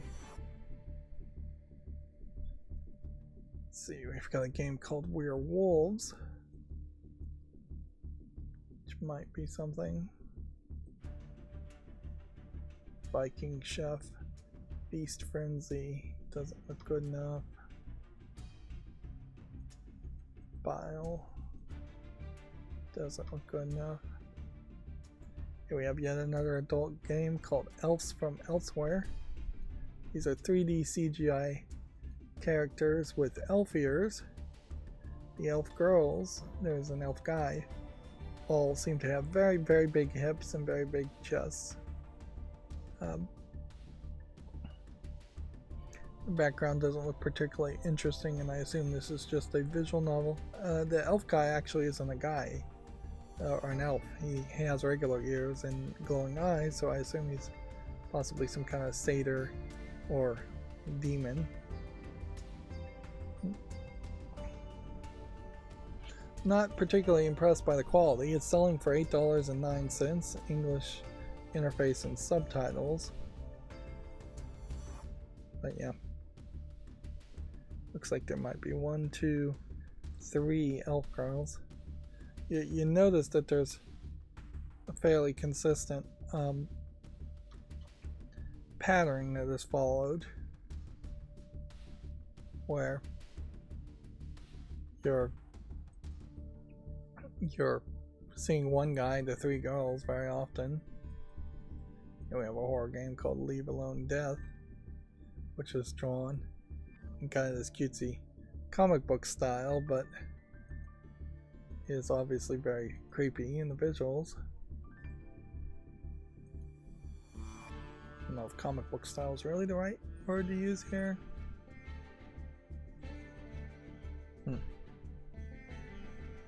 Yeah, I don't know what style you would really call it. Webtoon style, maybe?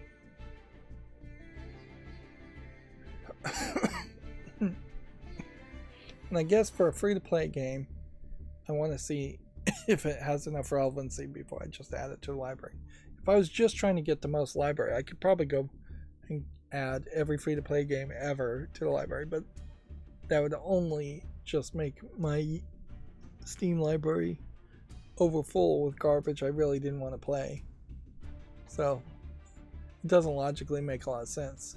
If you wanted to do that, I would suggest making a backup Steam account, which may be against the terms of service, and then on the backup Steam account downloading every single free-to-play game out there.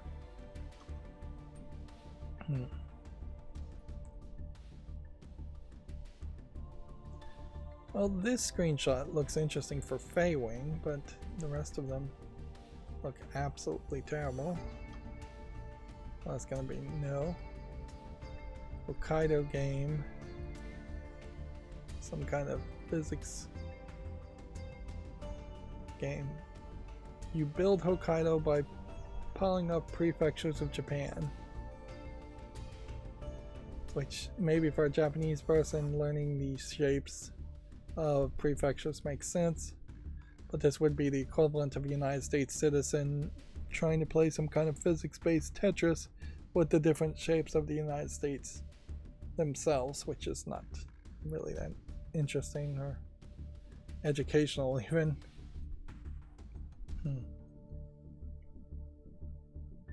If anything, it's perhaps maybe a little too patriotic, a little too jingoistic for its own good. Let's see. I almost thought this was an adult game called Octoraid VR. Seems like you play as an octopus in VR, which maybe there's something to that idea. Wanted Shadows. Don't think there's quite enough polish there. Inipinon.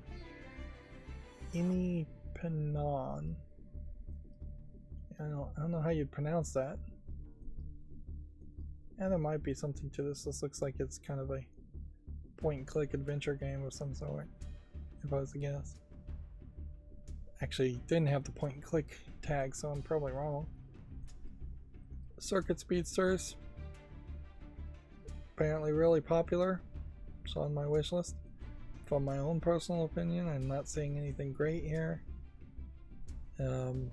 Doesn't have any in-app purchases. It does have online PvP. It's selling for $20 though, and I guess it came out of early access. Godzilla Voxel Wars. It's basically the one way I don't want to play a Godzilla game, but I'll give it a chance just because it has Godzilla in the name. Not sure how many more games are left, how many tabs are left. I wish there was a counter in Firefox that would highlight how many tabs are to the right or left of you. Even if it stopped at like 99, which in my case 99 might be too small of a number to stop at.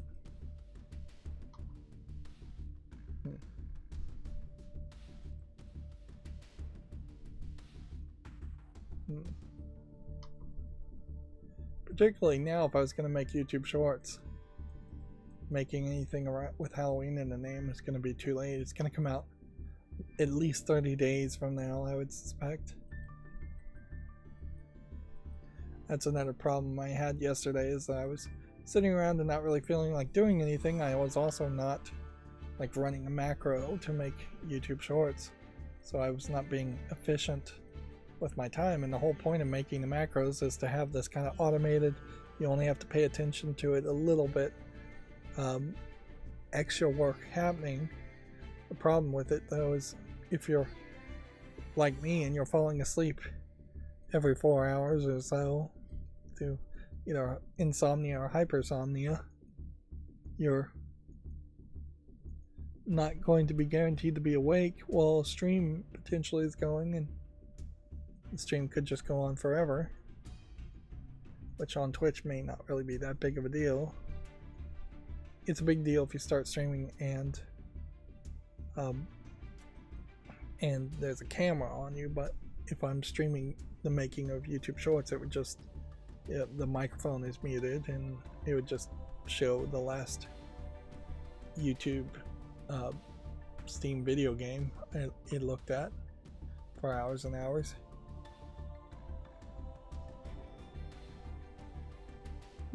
This is an interesting twist. Play as different characters, or play as this lamp character that's lighting up areas against ghosts.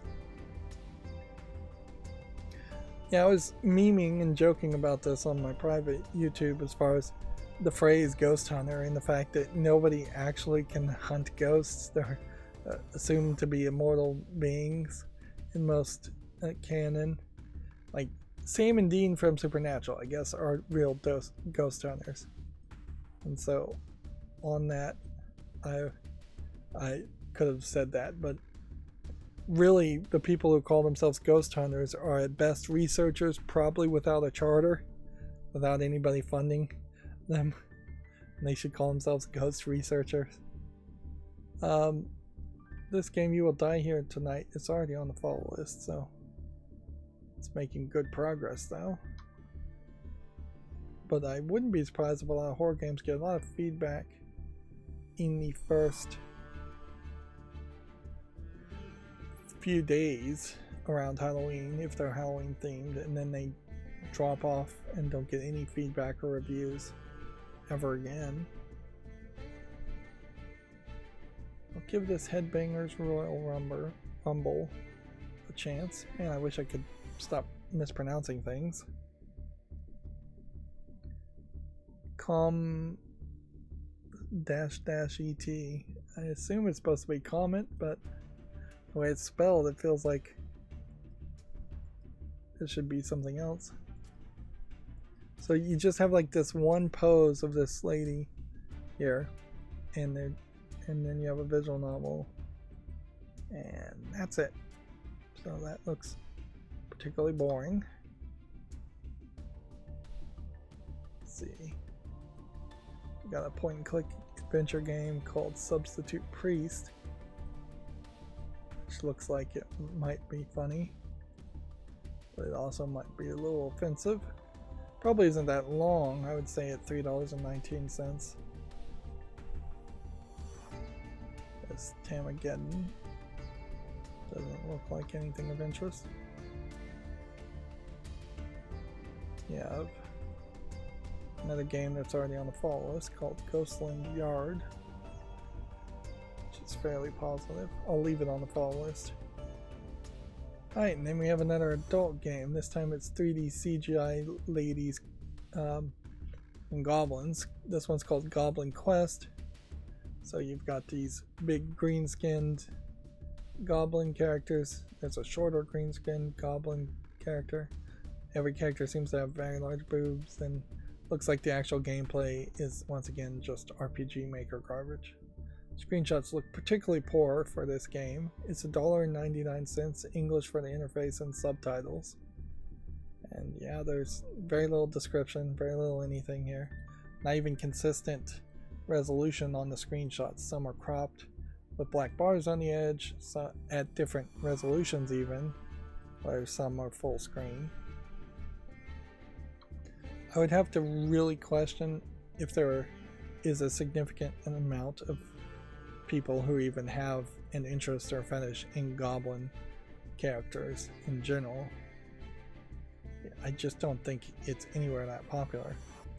If it was popular, then I would assume that there would be something on Pornhub or something as far as a category around that. But yeah, as far as my few viewings of Pornhub, I've never seen any kind of cosplaying where you're a goblin that being particularly popular.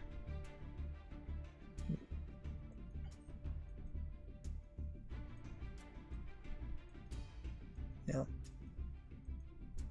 I get the elves. Elves are supposed to be beautiful, but goblins, it just doesn't really make sense. Green-skinned characters. I can see big, strong British women being popular too, but goblins kind of have an air of being dirty in general also that just wouldn't make a lot of sense.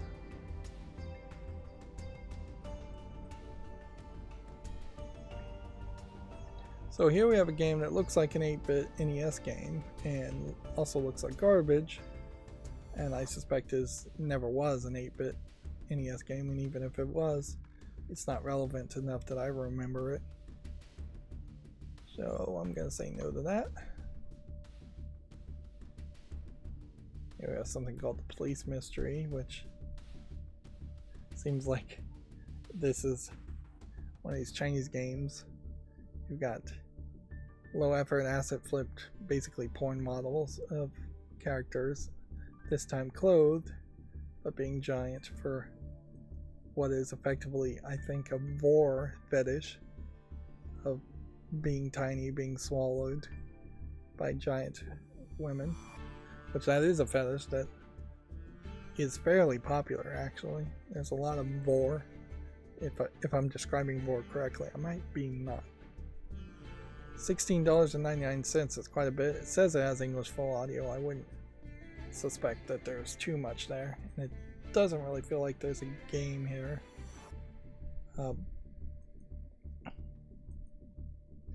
Yeah, if I was to guess, there's probably not 20 minutes worth of entertainment to be found in this.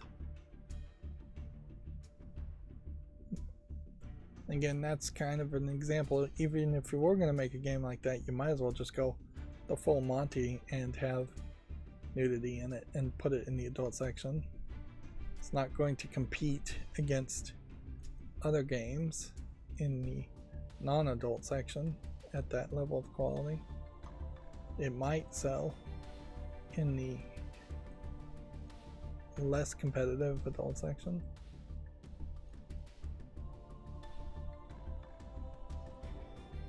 I'll give this puzzle game. This looks a lot like Hitman Go clone, but that doesn't inherently mean it's bad.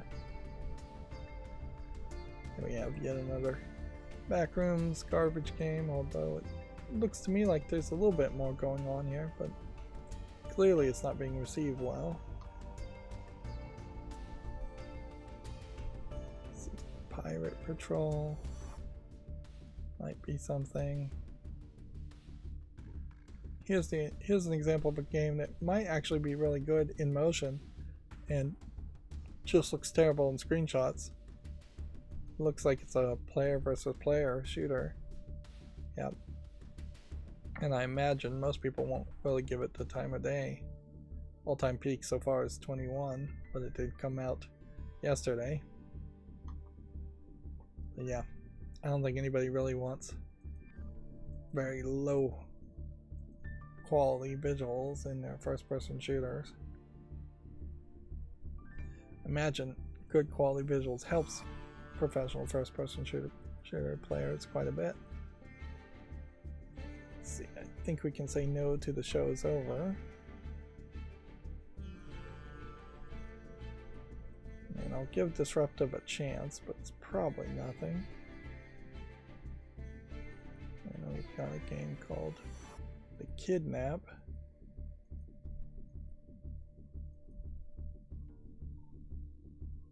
But we'll give it a chance. Full Japanese audio.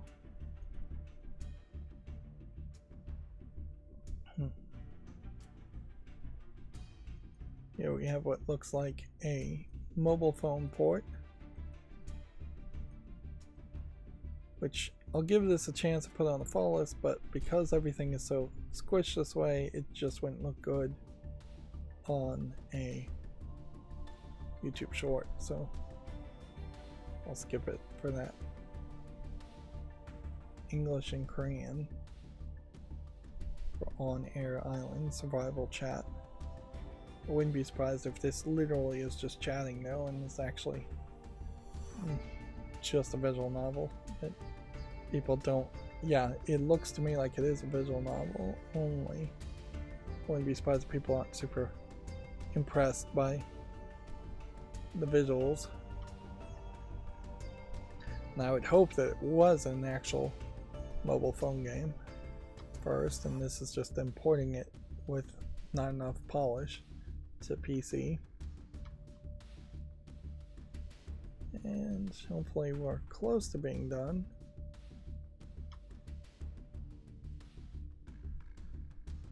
Let's see, Project Regolith might be something. We're not that close. Craft Suite. I'm gonna say no to that. Front office football, no. Line maze. I'm gonna say no to that. Let's see. Looks good. I'll give that a chance.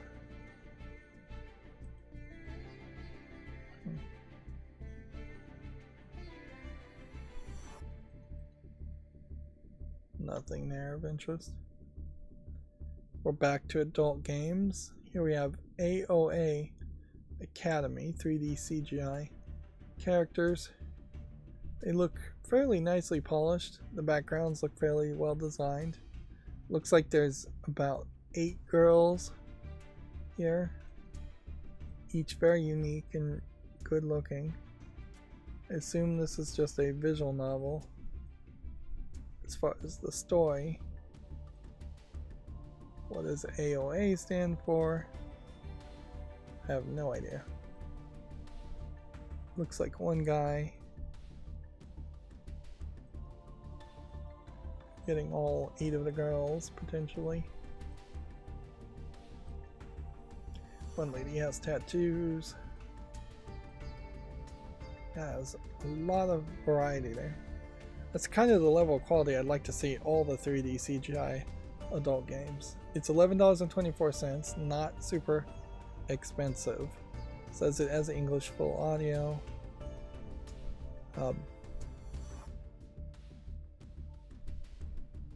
Let's see.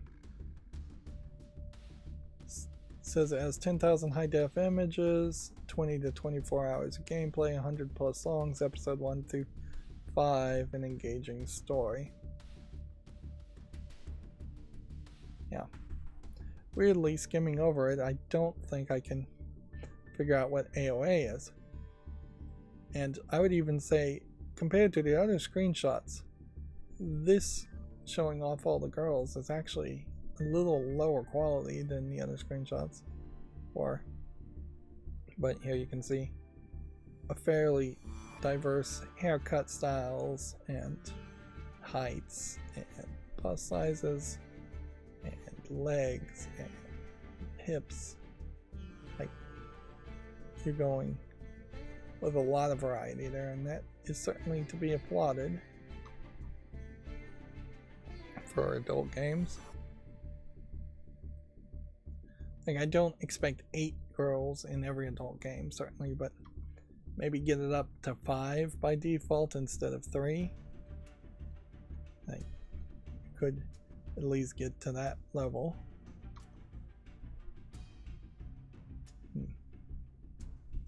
Blondes, brunettes, redheads, black hair. It would be 4 characters in general, just with different hair, and then 5 for any wild artificial colors like purple. Could be a default. Big, medium, large breast size. Or no, big, medium, small breast size. Could be some variety there. Big, medium, small hip size can be some variety there. Attitudes and general ideas can add even more variety. Stamped an anti-travel game here.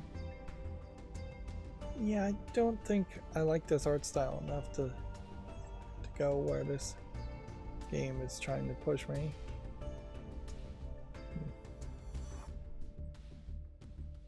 Yeah. Seems almost like it's a game where people, or where the creator is talking about how he doesn't like traveling. Or he doesn't want to travel, which is a weird theme to make a game around.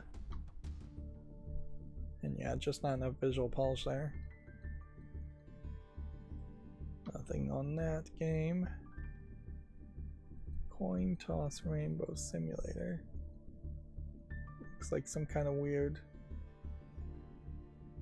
coin tossing game. I've never even heard of this or seen this, so I don't even know how you really would play or what you're going for. Seems like it's a lot of space being taken up to just toss coins.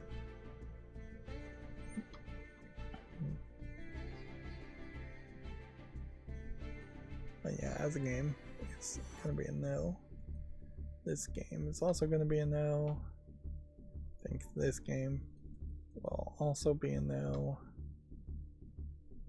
Haunted Tower, making a tower defense game, but calling it haunted. Does that change anything? No, not really. Cave Heroes. It's too much interface going on, so I'm gonna say no to that. Although the art style's not terrible. And here we are, we have once again an adult game. And yeah, at this point, it definitely feels like there's been a very wide swing as far as 2D anime characters being allowed in adult games. The weird thing you might wonder is if that artist who left Valve was being assigned the job of looking at all the new adult games and approving them or disapproving them. It is that weird at Valve that an artist or a programmer would just be assigned other projects, or not really assigned projects, but they would volunteer for projects to look like they're doing something to get in the good graces of the higher ups at Valve, who are secret in who they actually are and who's actually in charge, and who you the structure is just totally messed up at Valve as far as the corporate structure goes. They've gone too flat and too cryptic to the point where it's effectively a secret police are the people that are running Valve. But in this case, in particular for this adult game, we have Sister Lizzie's, Lize's Suffering. It's a 2D anime girl nun.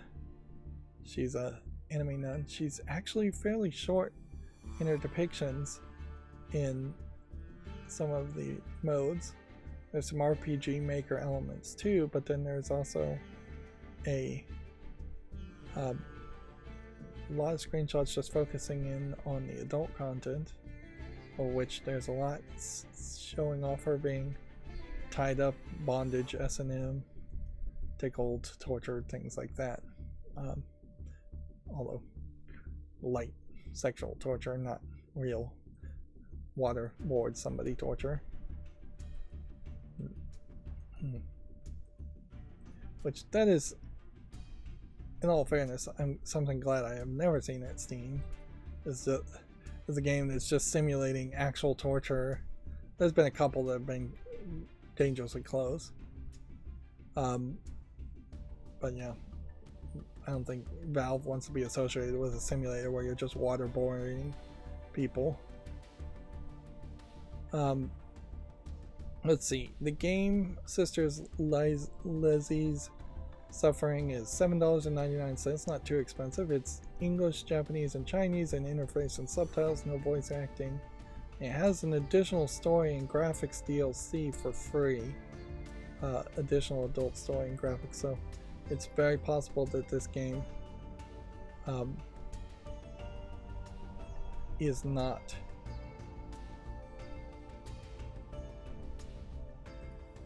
censored in its original form, and you have to install the DLC. It says it has no blood and gore. It says it's about 2 to 3 hours. So 2 to 3 hours for $8 is fairly expensive. We'll put it on the fall list to see how well it's received. But yeah, can't really do anything anyways. Otherwise, can't make a YouTube short on an adult game. I imagine it won't be reviewed or received much at all. There's definitely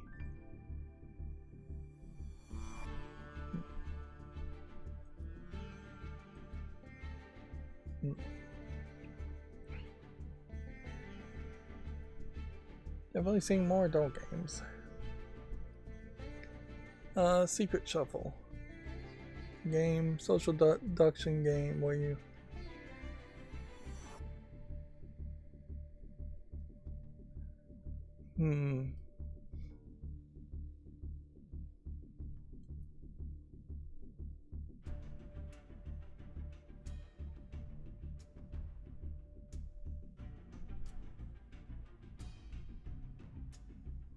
So everybody seems to hear music except for the faker. $10.39 though.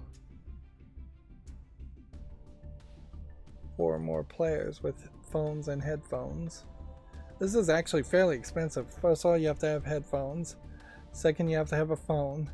And then third, 4 or more people have to have spent $10 for a game. So inherently, I think this game is dead on arrival, and I'm not even going to bother to put it on the fall list.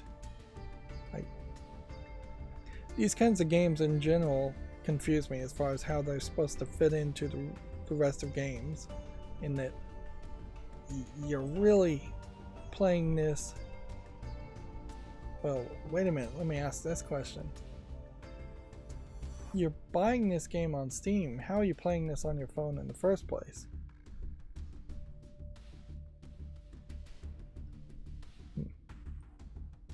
To get started, you need 4 to 60 players, each with their own phone, the free Secret Shuffle app from the App Store, Google Play, and headphones. Set up the Steam version of Secret Shuffle on a big screen and have everyone join the party in their app following the on-screen instructions.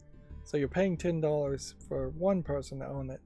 Then everybody else gets a free app. Has to install a free app. Let's be more accurate there. The Steam version of Secret Shuffle unlocks all games and music packs for unlimited fun. So you're paying basically $10 for some collection of music that you'll eventually lose the license for when they don't renew the music license. Which is another big problem. So yeah, you only have to pay $10 once, but still everybody needs phones and headphones. Also, they're being encouraged to dance up and down while having their phones in their hand, which is dangerous to say the least, that somebody's going to drop their phone and break it. It's really a game that's just designed to make people drop their phones, I think. Moving on, Vice City Racing doesn't look interesting.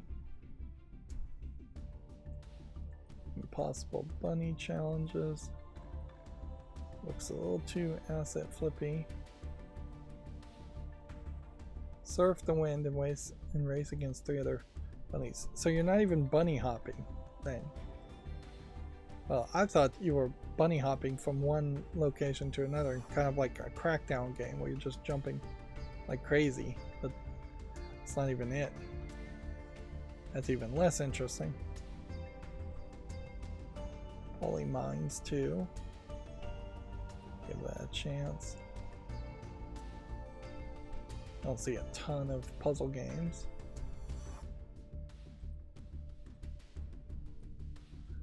Cove, I'll give a chance to. I'm running out of time and energy. Well, energy at least. So I'm gonna become just increasingly more generous than I should be. Excuse me. And I can already tell it's probably going to be a very rough winter as far as coughing goes. The history of space here doesn't look visually polished enough. No, the arcane fighters. Probably no to too many cooks. Although the idea of cooks fighting each other is somewhat interesting. I'd almost want it to be a 2D fighting game, which 2D fighting games are inherently built around gimmicks and gimmick characters. So if there was a collection of fighting characters that cooked different types of foods, that would be interesting. Like a big Texas cowboy type character with a big meat cleaver that would cook like barbecue or hamburgers or cow. Then you'd have your Chinese, Japanese, Taiwanese chefs in stereotypical garb. And certainly you could have entire teams of chefs of certain styles. Italian stereotypical character that throws noodles at you and wraps you up in noodles. I'm gonna give this game Gluck a chance.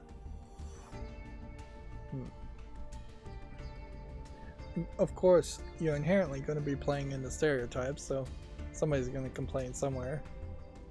But as long as you don't have a black character throwing fried chicken at you or throwing watermelon at a character, I think you might get away with stereotypical chefs serving attacks based on food they actually serve.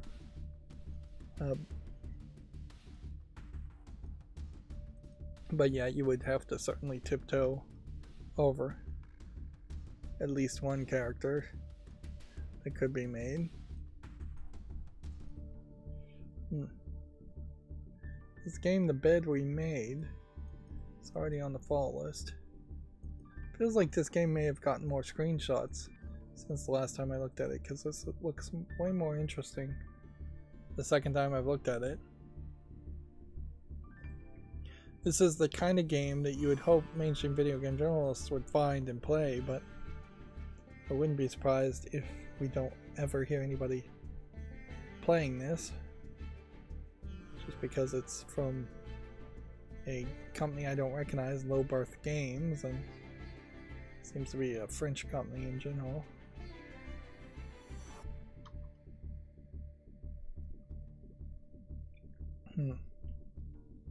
This looks like this might have been better in the adult section. Dungeon Bar Gotchi Puzzles. Yep.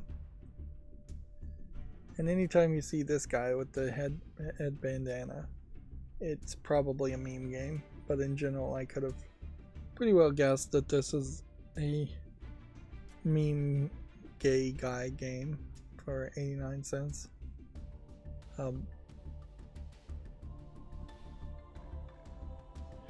Yep. You still see a lot of this on Steam where people are, instead of depicting gay people as just normal people who happen to be gay men in particular are depicted as this weird, hypersexual weirdos, for lack of a better term. While there may be some truth to that, for a few people, I don't think on average it's fair to try and stereotype people that way or other people that way. Make them comes off more as anti-gay propaganda by being so extreme than being pro-gay things. Ralph Bakshi, I think, is the artist I'm thinking of that did a lot of drawings like that, and that was like one artist doing that though. I kind of wish this was more of a game. I might have said yes to this. But yeah, your average gay guy is not on a day-to-day base putting on leathered pants and a chest harness and just walking around his grocery store in that outfit, or even clubbing. Yep. It would be the equivalent of every straight, like, white person being depicted as a raver kid that or a pot junkie, which, yeah, it's just like a raver kid, a clubber, someone going on clubs. 2 clubs is not your average straight white person's day-to-day life.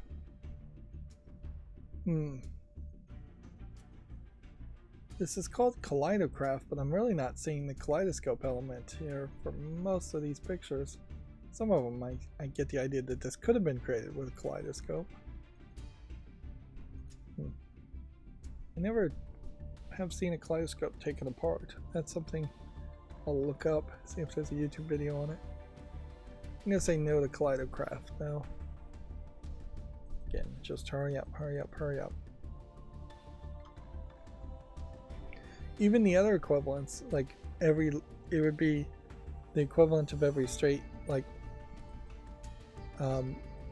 woman being in, like, bondage outfits and always in every depiction, and there is some level to a lot of that, but not that much. Kid bubblegum. This feels like this might have been an old game being re-released. I'm gonna put this on the follow list, but I'm not gonna make a YouTube short around it. But yeah, here we have an adult game called Halloween Naughty Girls, and it's 3D CGI characters, and you have a lady in a kind of looks like a cheerleader outfit, pink, a guy with just a regular t-shirt, I think, and jeans. Next picture you have a lady just in pants, lady naked in stockings. And see, in one screenshot here you have a 3D CGI alien engaging with a lady, and still it comes off more normal, or more normal looking than the gay game did. I wouldn't say Halloween Naughty Girls looks particularly good though as an adult game. $3.47. English, it claims to have full audio. Looks like with aliens you got 2 guys. Witches, werewolves, aliens. I think there's a fairly big difference between aliens and witches and werewolves. It says there's 5 stories added together. Looks like there's some slide puzzles, like a 3x3 grid slide puzzle. Maybe a groping mini game in it, too.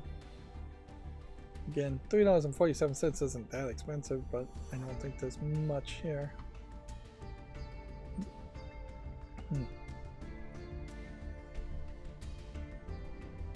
There is a thought in what that was trying to sell. They didn't really accomplish that thought, but for all the old Friday the 13th movies where the MPAA would let them get away with a lot more blood and gore and killing and violence if they followed a strict routine of showing that everybody that was getting killed was having premarital sex and being immoral in the eyes of at least one Catholic priest who runs, who works at the MPAA and rates the movies. Well, you take what happened there, that historical element in which the Vestal Virgin always survives in horror games, where the promiscuous men and women always die in horror movies. You could certainly take that, flip it on its head, and make an adult story of some sort, whether it's a game or a movie, where all it is a porn in a horror environment, where the killer sees that the somebody bones down, for lack of a better term, makes out with somebody, and then the killer bypasses them for some reason. Like, you could have the Cupid killer effectively, where he announces who he's going to kill, and then that person has to race to get laid before he gets killed, and it could just go on and on that way. And then the Vestal Virgin, or the virgin-like character, the most pure, the most moral character in this story, ends up the one getting killed. Yep, that would be an interesting parody, certainly, of what was the norm. It's not so much the norm these days, though, in horror movies. Now, there's still some of that, I guess, maybe in a twisted way, with like the Saw movies. The good people dying and the bad people, the bad people dying and the quote-unquote good people surviving. Anyways, I'm not going to do anything with the Backrooms Escape. We have a learn Japanese software that doesn't look polished enough.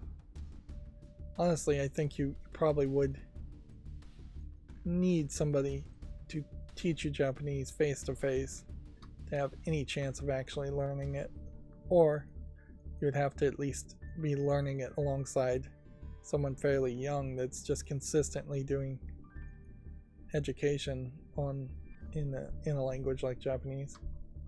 It really is probably the best time for any adult to learn a new language, is to say, let me learn this with you while your kid is learning a new language and making it a project. Well, it's relevant enough, certainly, to make a YouTube short around Song of Nunu, which visually it looks good enough that I would have made it a YouTube short on it anyways. What kind of game is it though? Single player? That's the weird thing though, is if I really like this League of Legends spin-off game, that's just going to push me to eventually want to play League of Legends, and then I'll play it once and then hate it, I'm sure. So it's a weird concept. That being said, while I would never really want to play Overwatch, if you took some of those Overwatch characters like Tracer and made a spin-off game around her, I probably would play that. Alright, we have another adult game. Man, it really is so many now.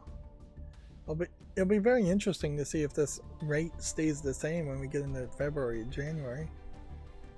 This one's called Alien Breeding Program First Contact. It's 2D characters in a very low polygon, almost papercraft art style.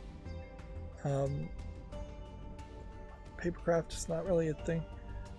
Western animated cartoon maybe is a better style.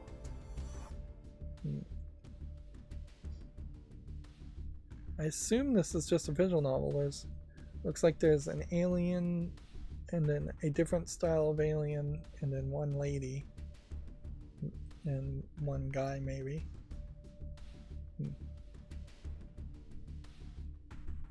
It really feels like there's a focus on telling a linear story here.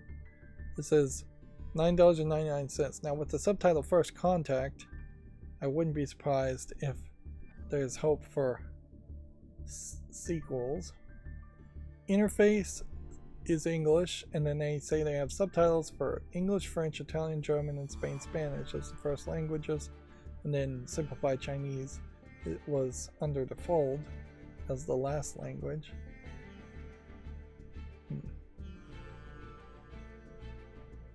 It says it has 60,000 words, around 6 hours of play for $9.99.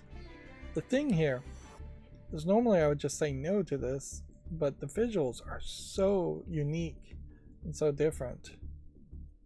I've got to put it on the fall list and just see if people really respond to it. $10 for 6 hours for adult content seems like a lot. I question if there might not actually even be that much adult content. This may be much closer to that middle ground game that has adult content in it, but really is a story first focus and has more of a narrative and story to actually tell. Whereas Neon Dash Tales looks like absolute garbage. And so we're still very much running into the problem where I'll spend 5 minutes talking about adult games and then immediately run into a garbage game that doesn't deserve 5 seconds worth of commentary. Alien Hominid HD is already on the following list. It just came out. I imagine it'll get some reviews fairly quickly in a week. Broadsword Warlord Edition doesn't look interesting enough.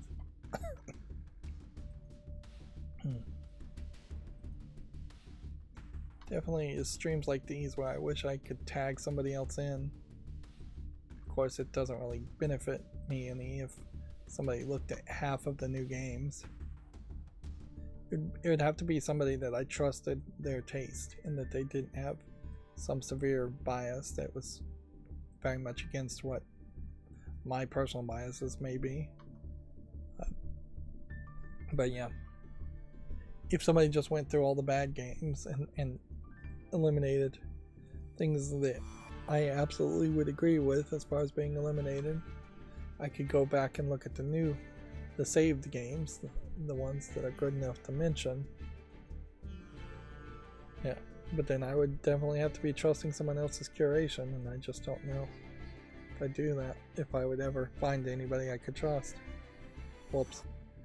The game I just closed was a flower growing game of some sort. Almost done. So I definitely need to move things around, and I think everything else may just work as far as how I have them plug-in installed. I also need to see if I can get that macro to actually work.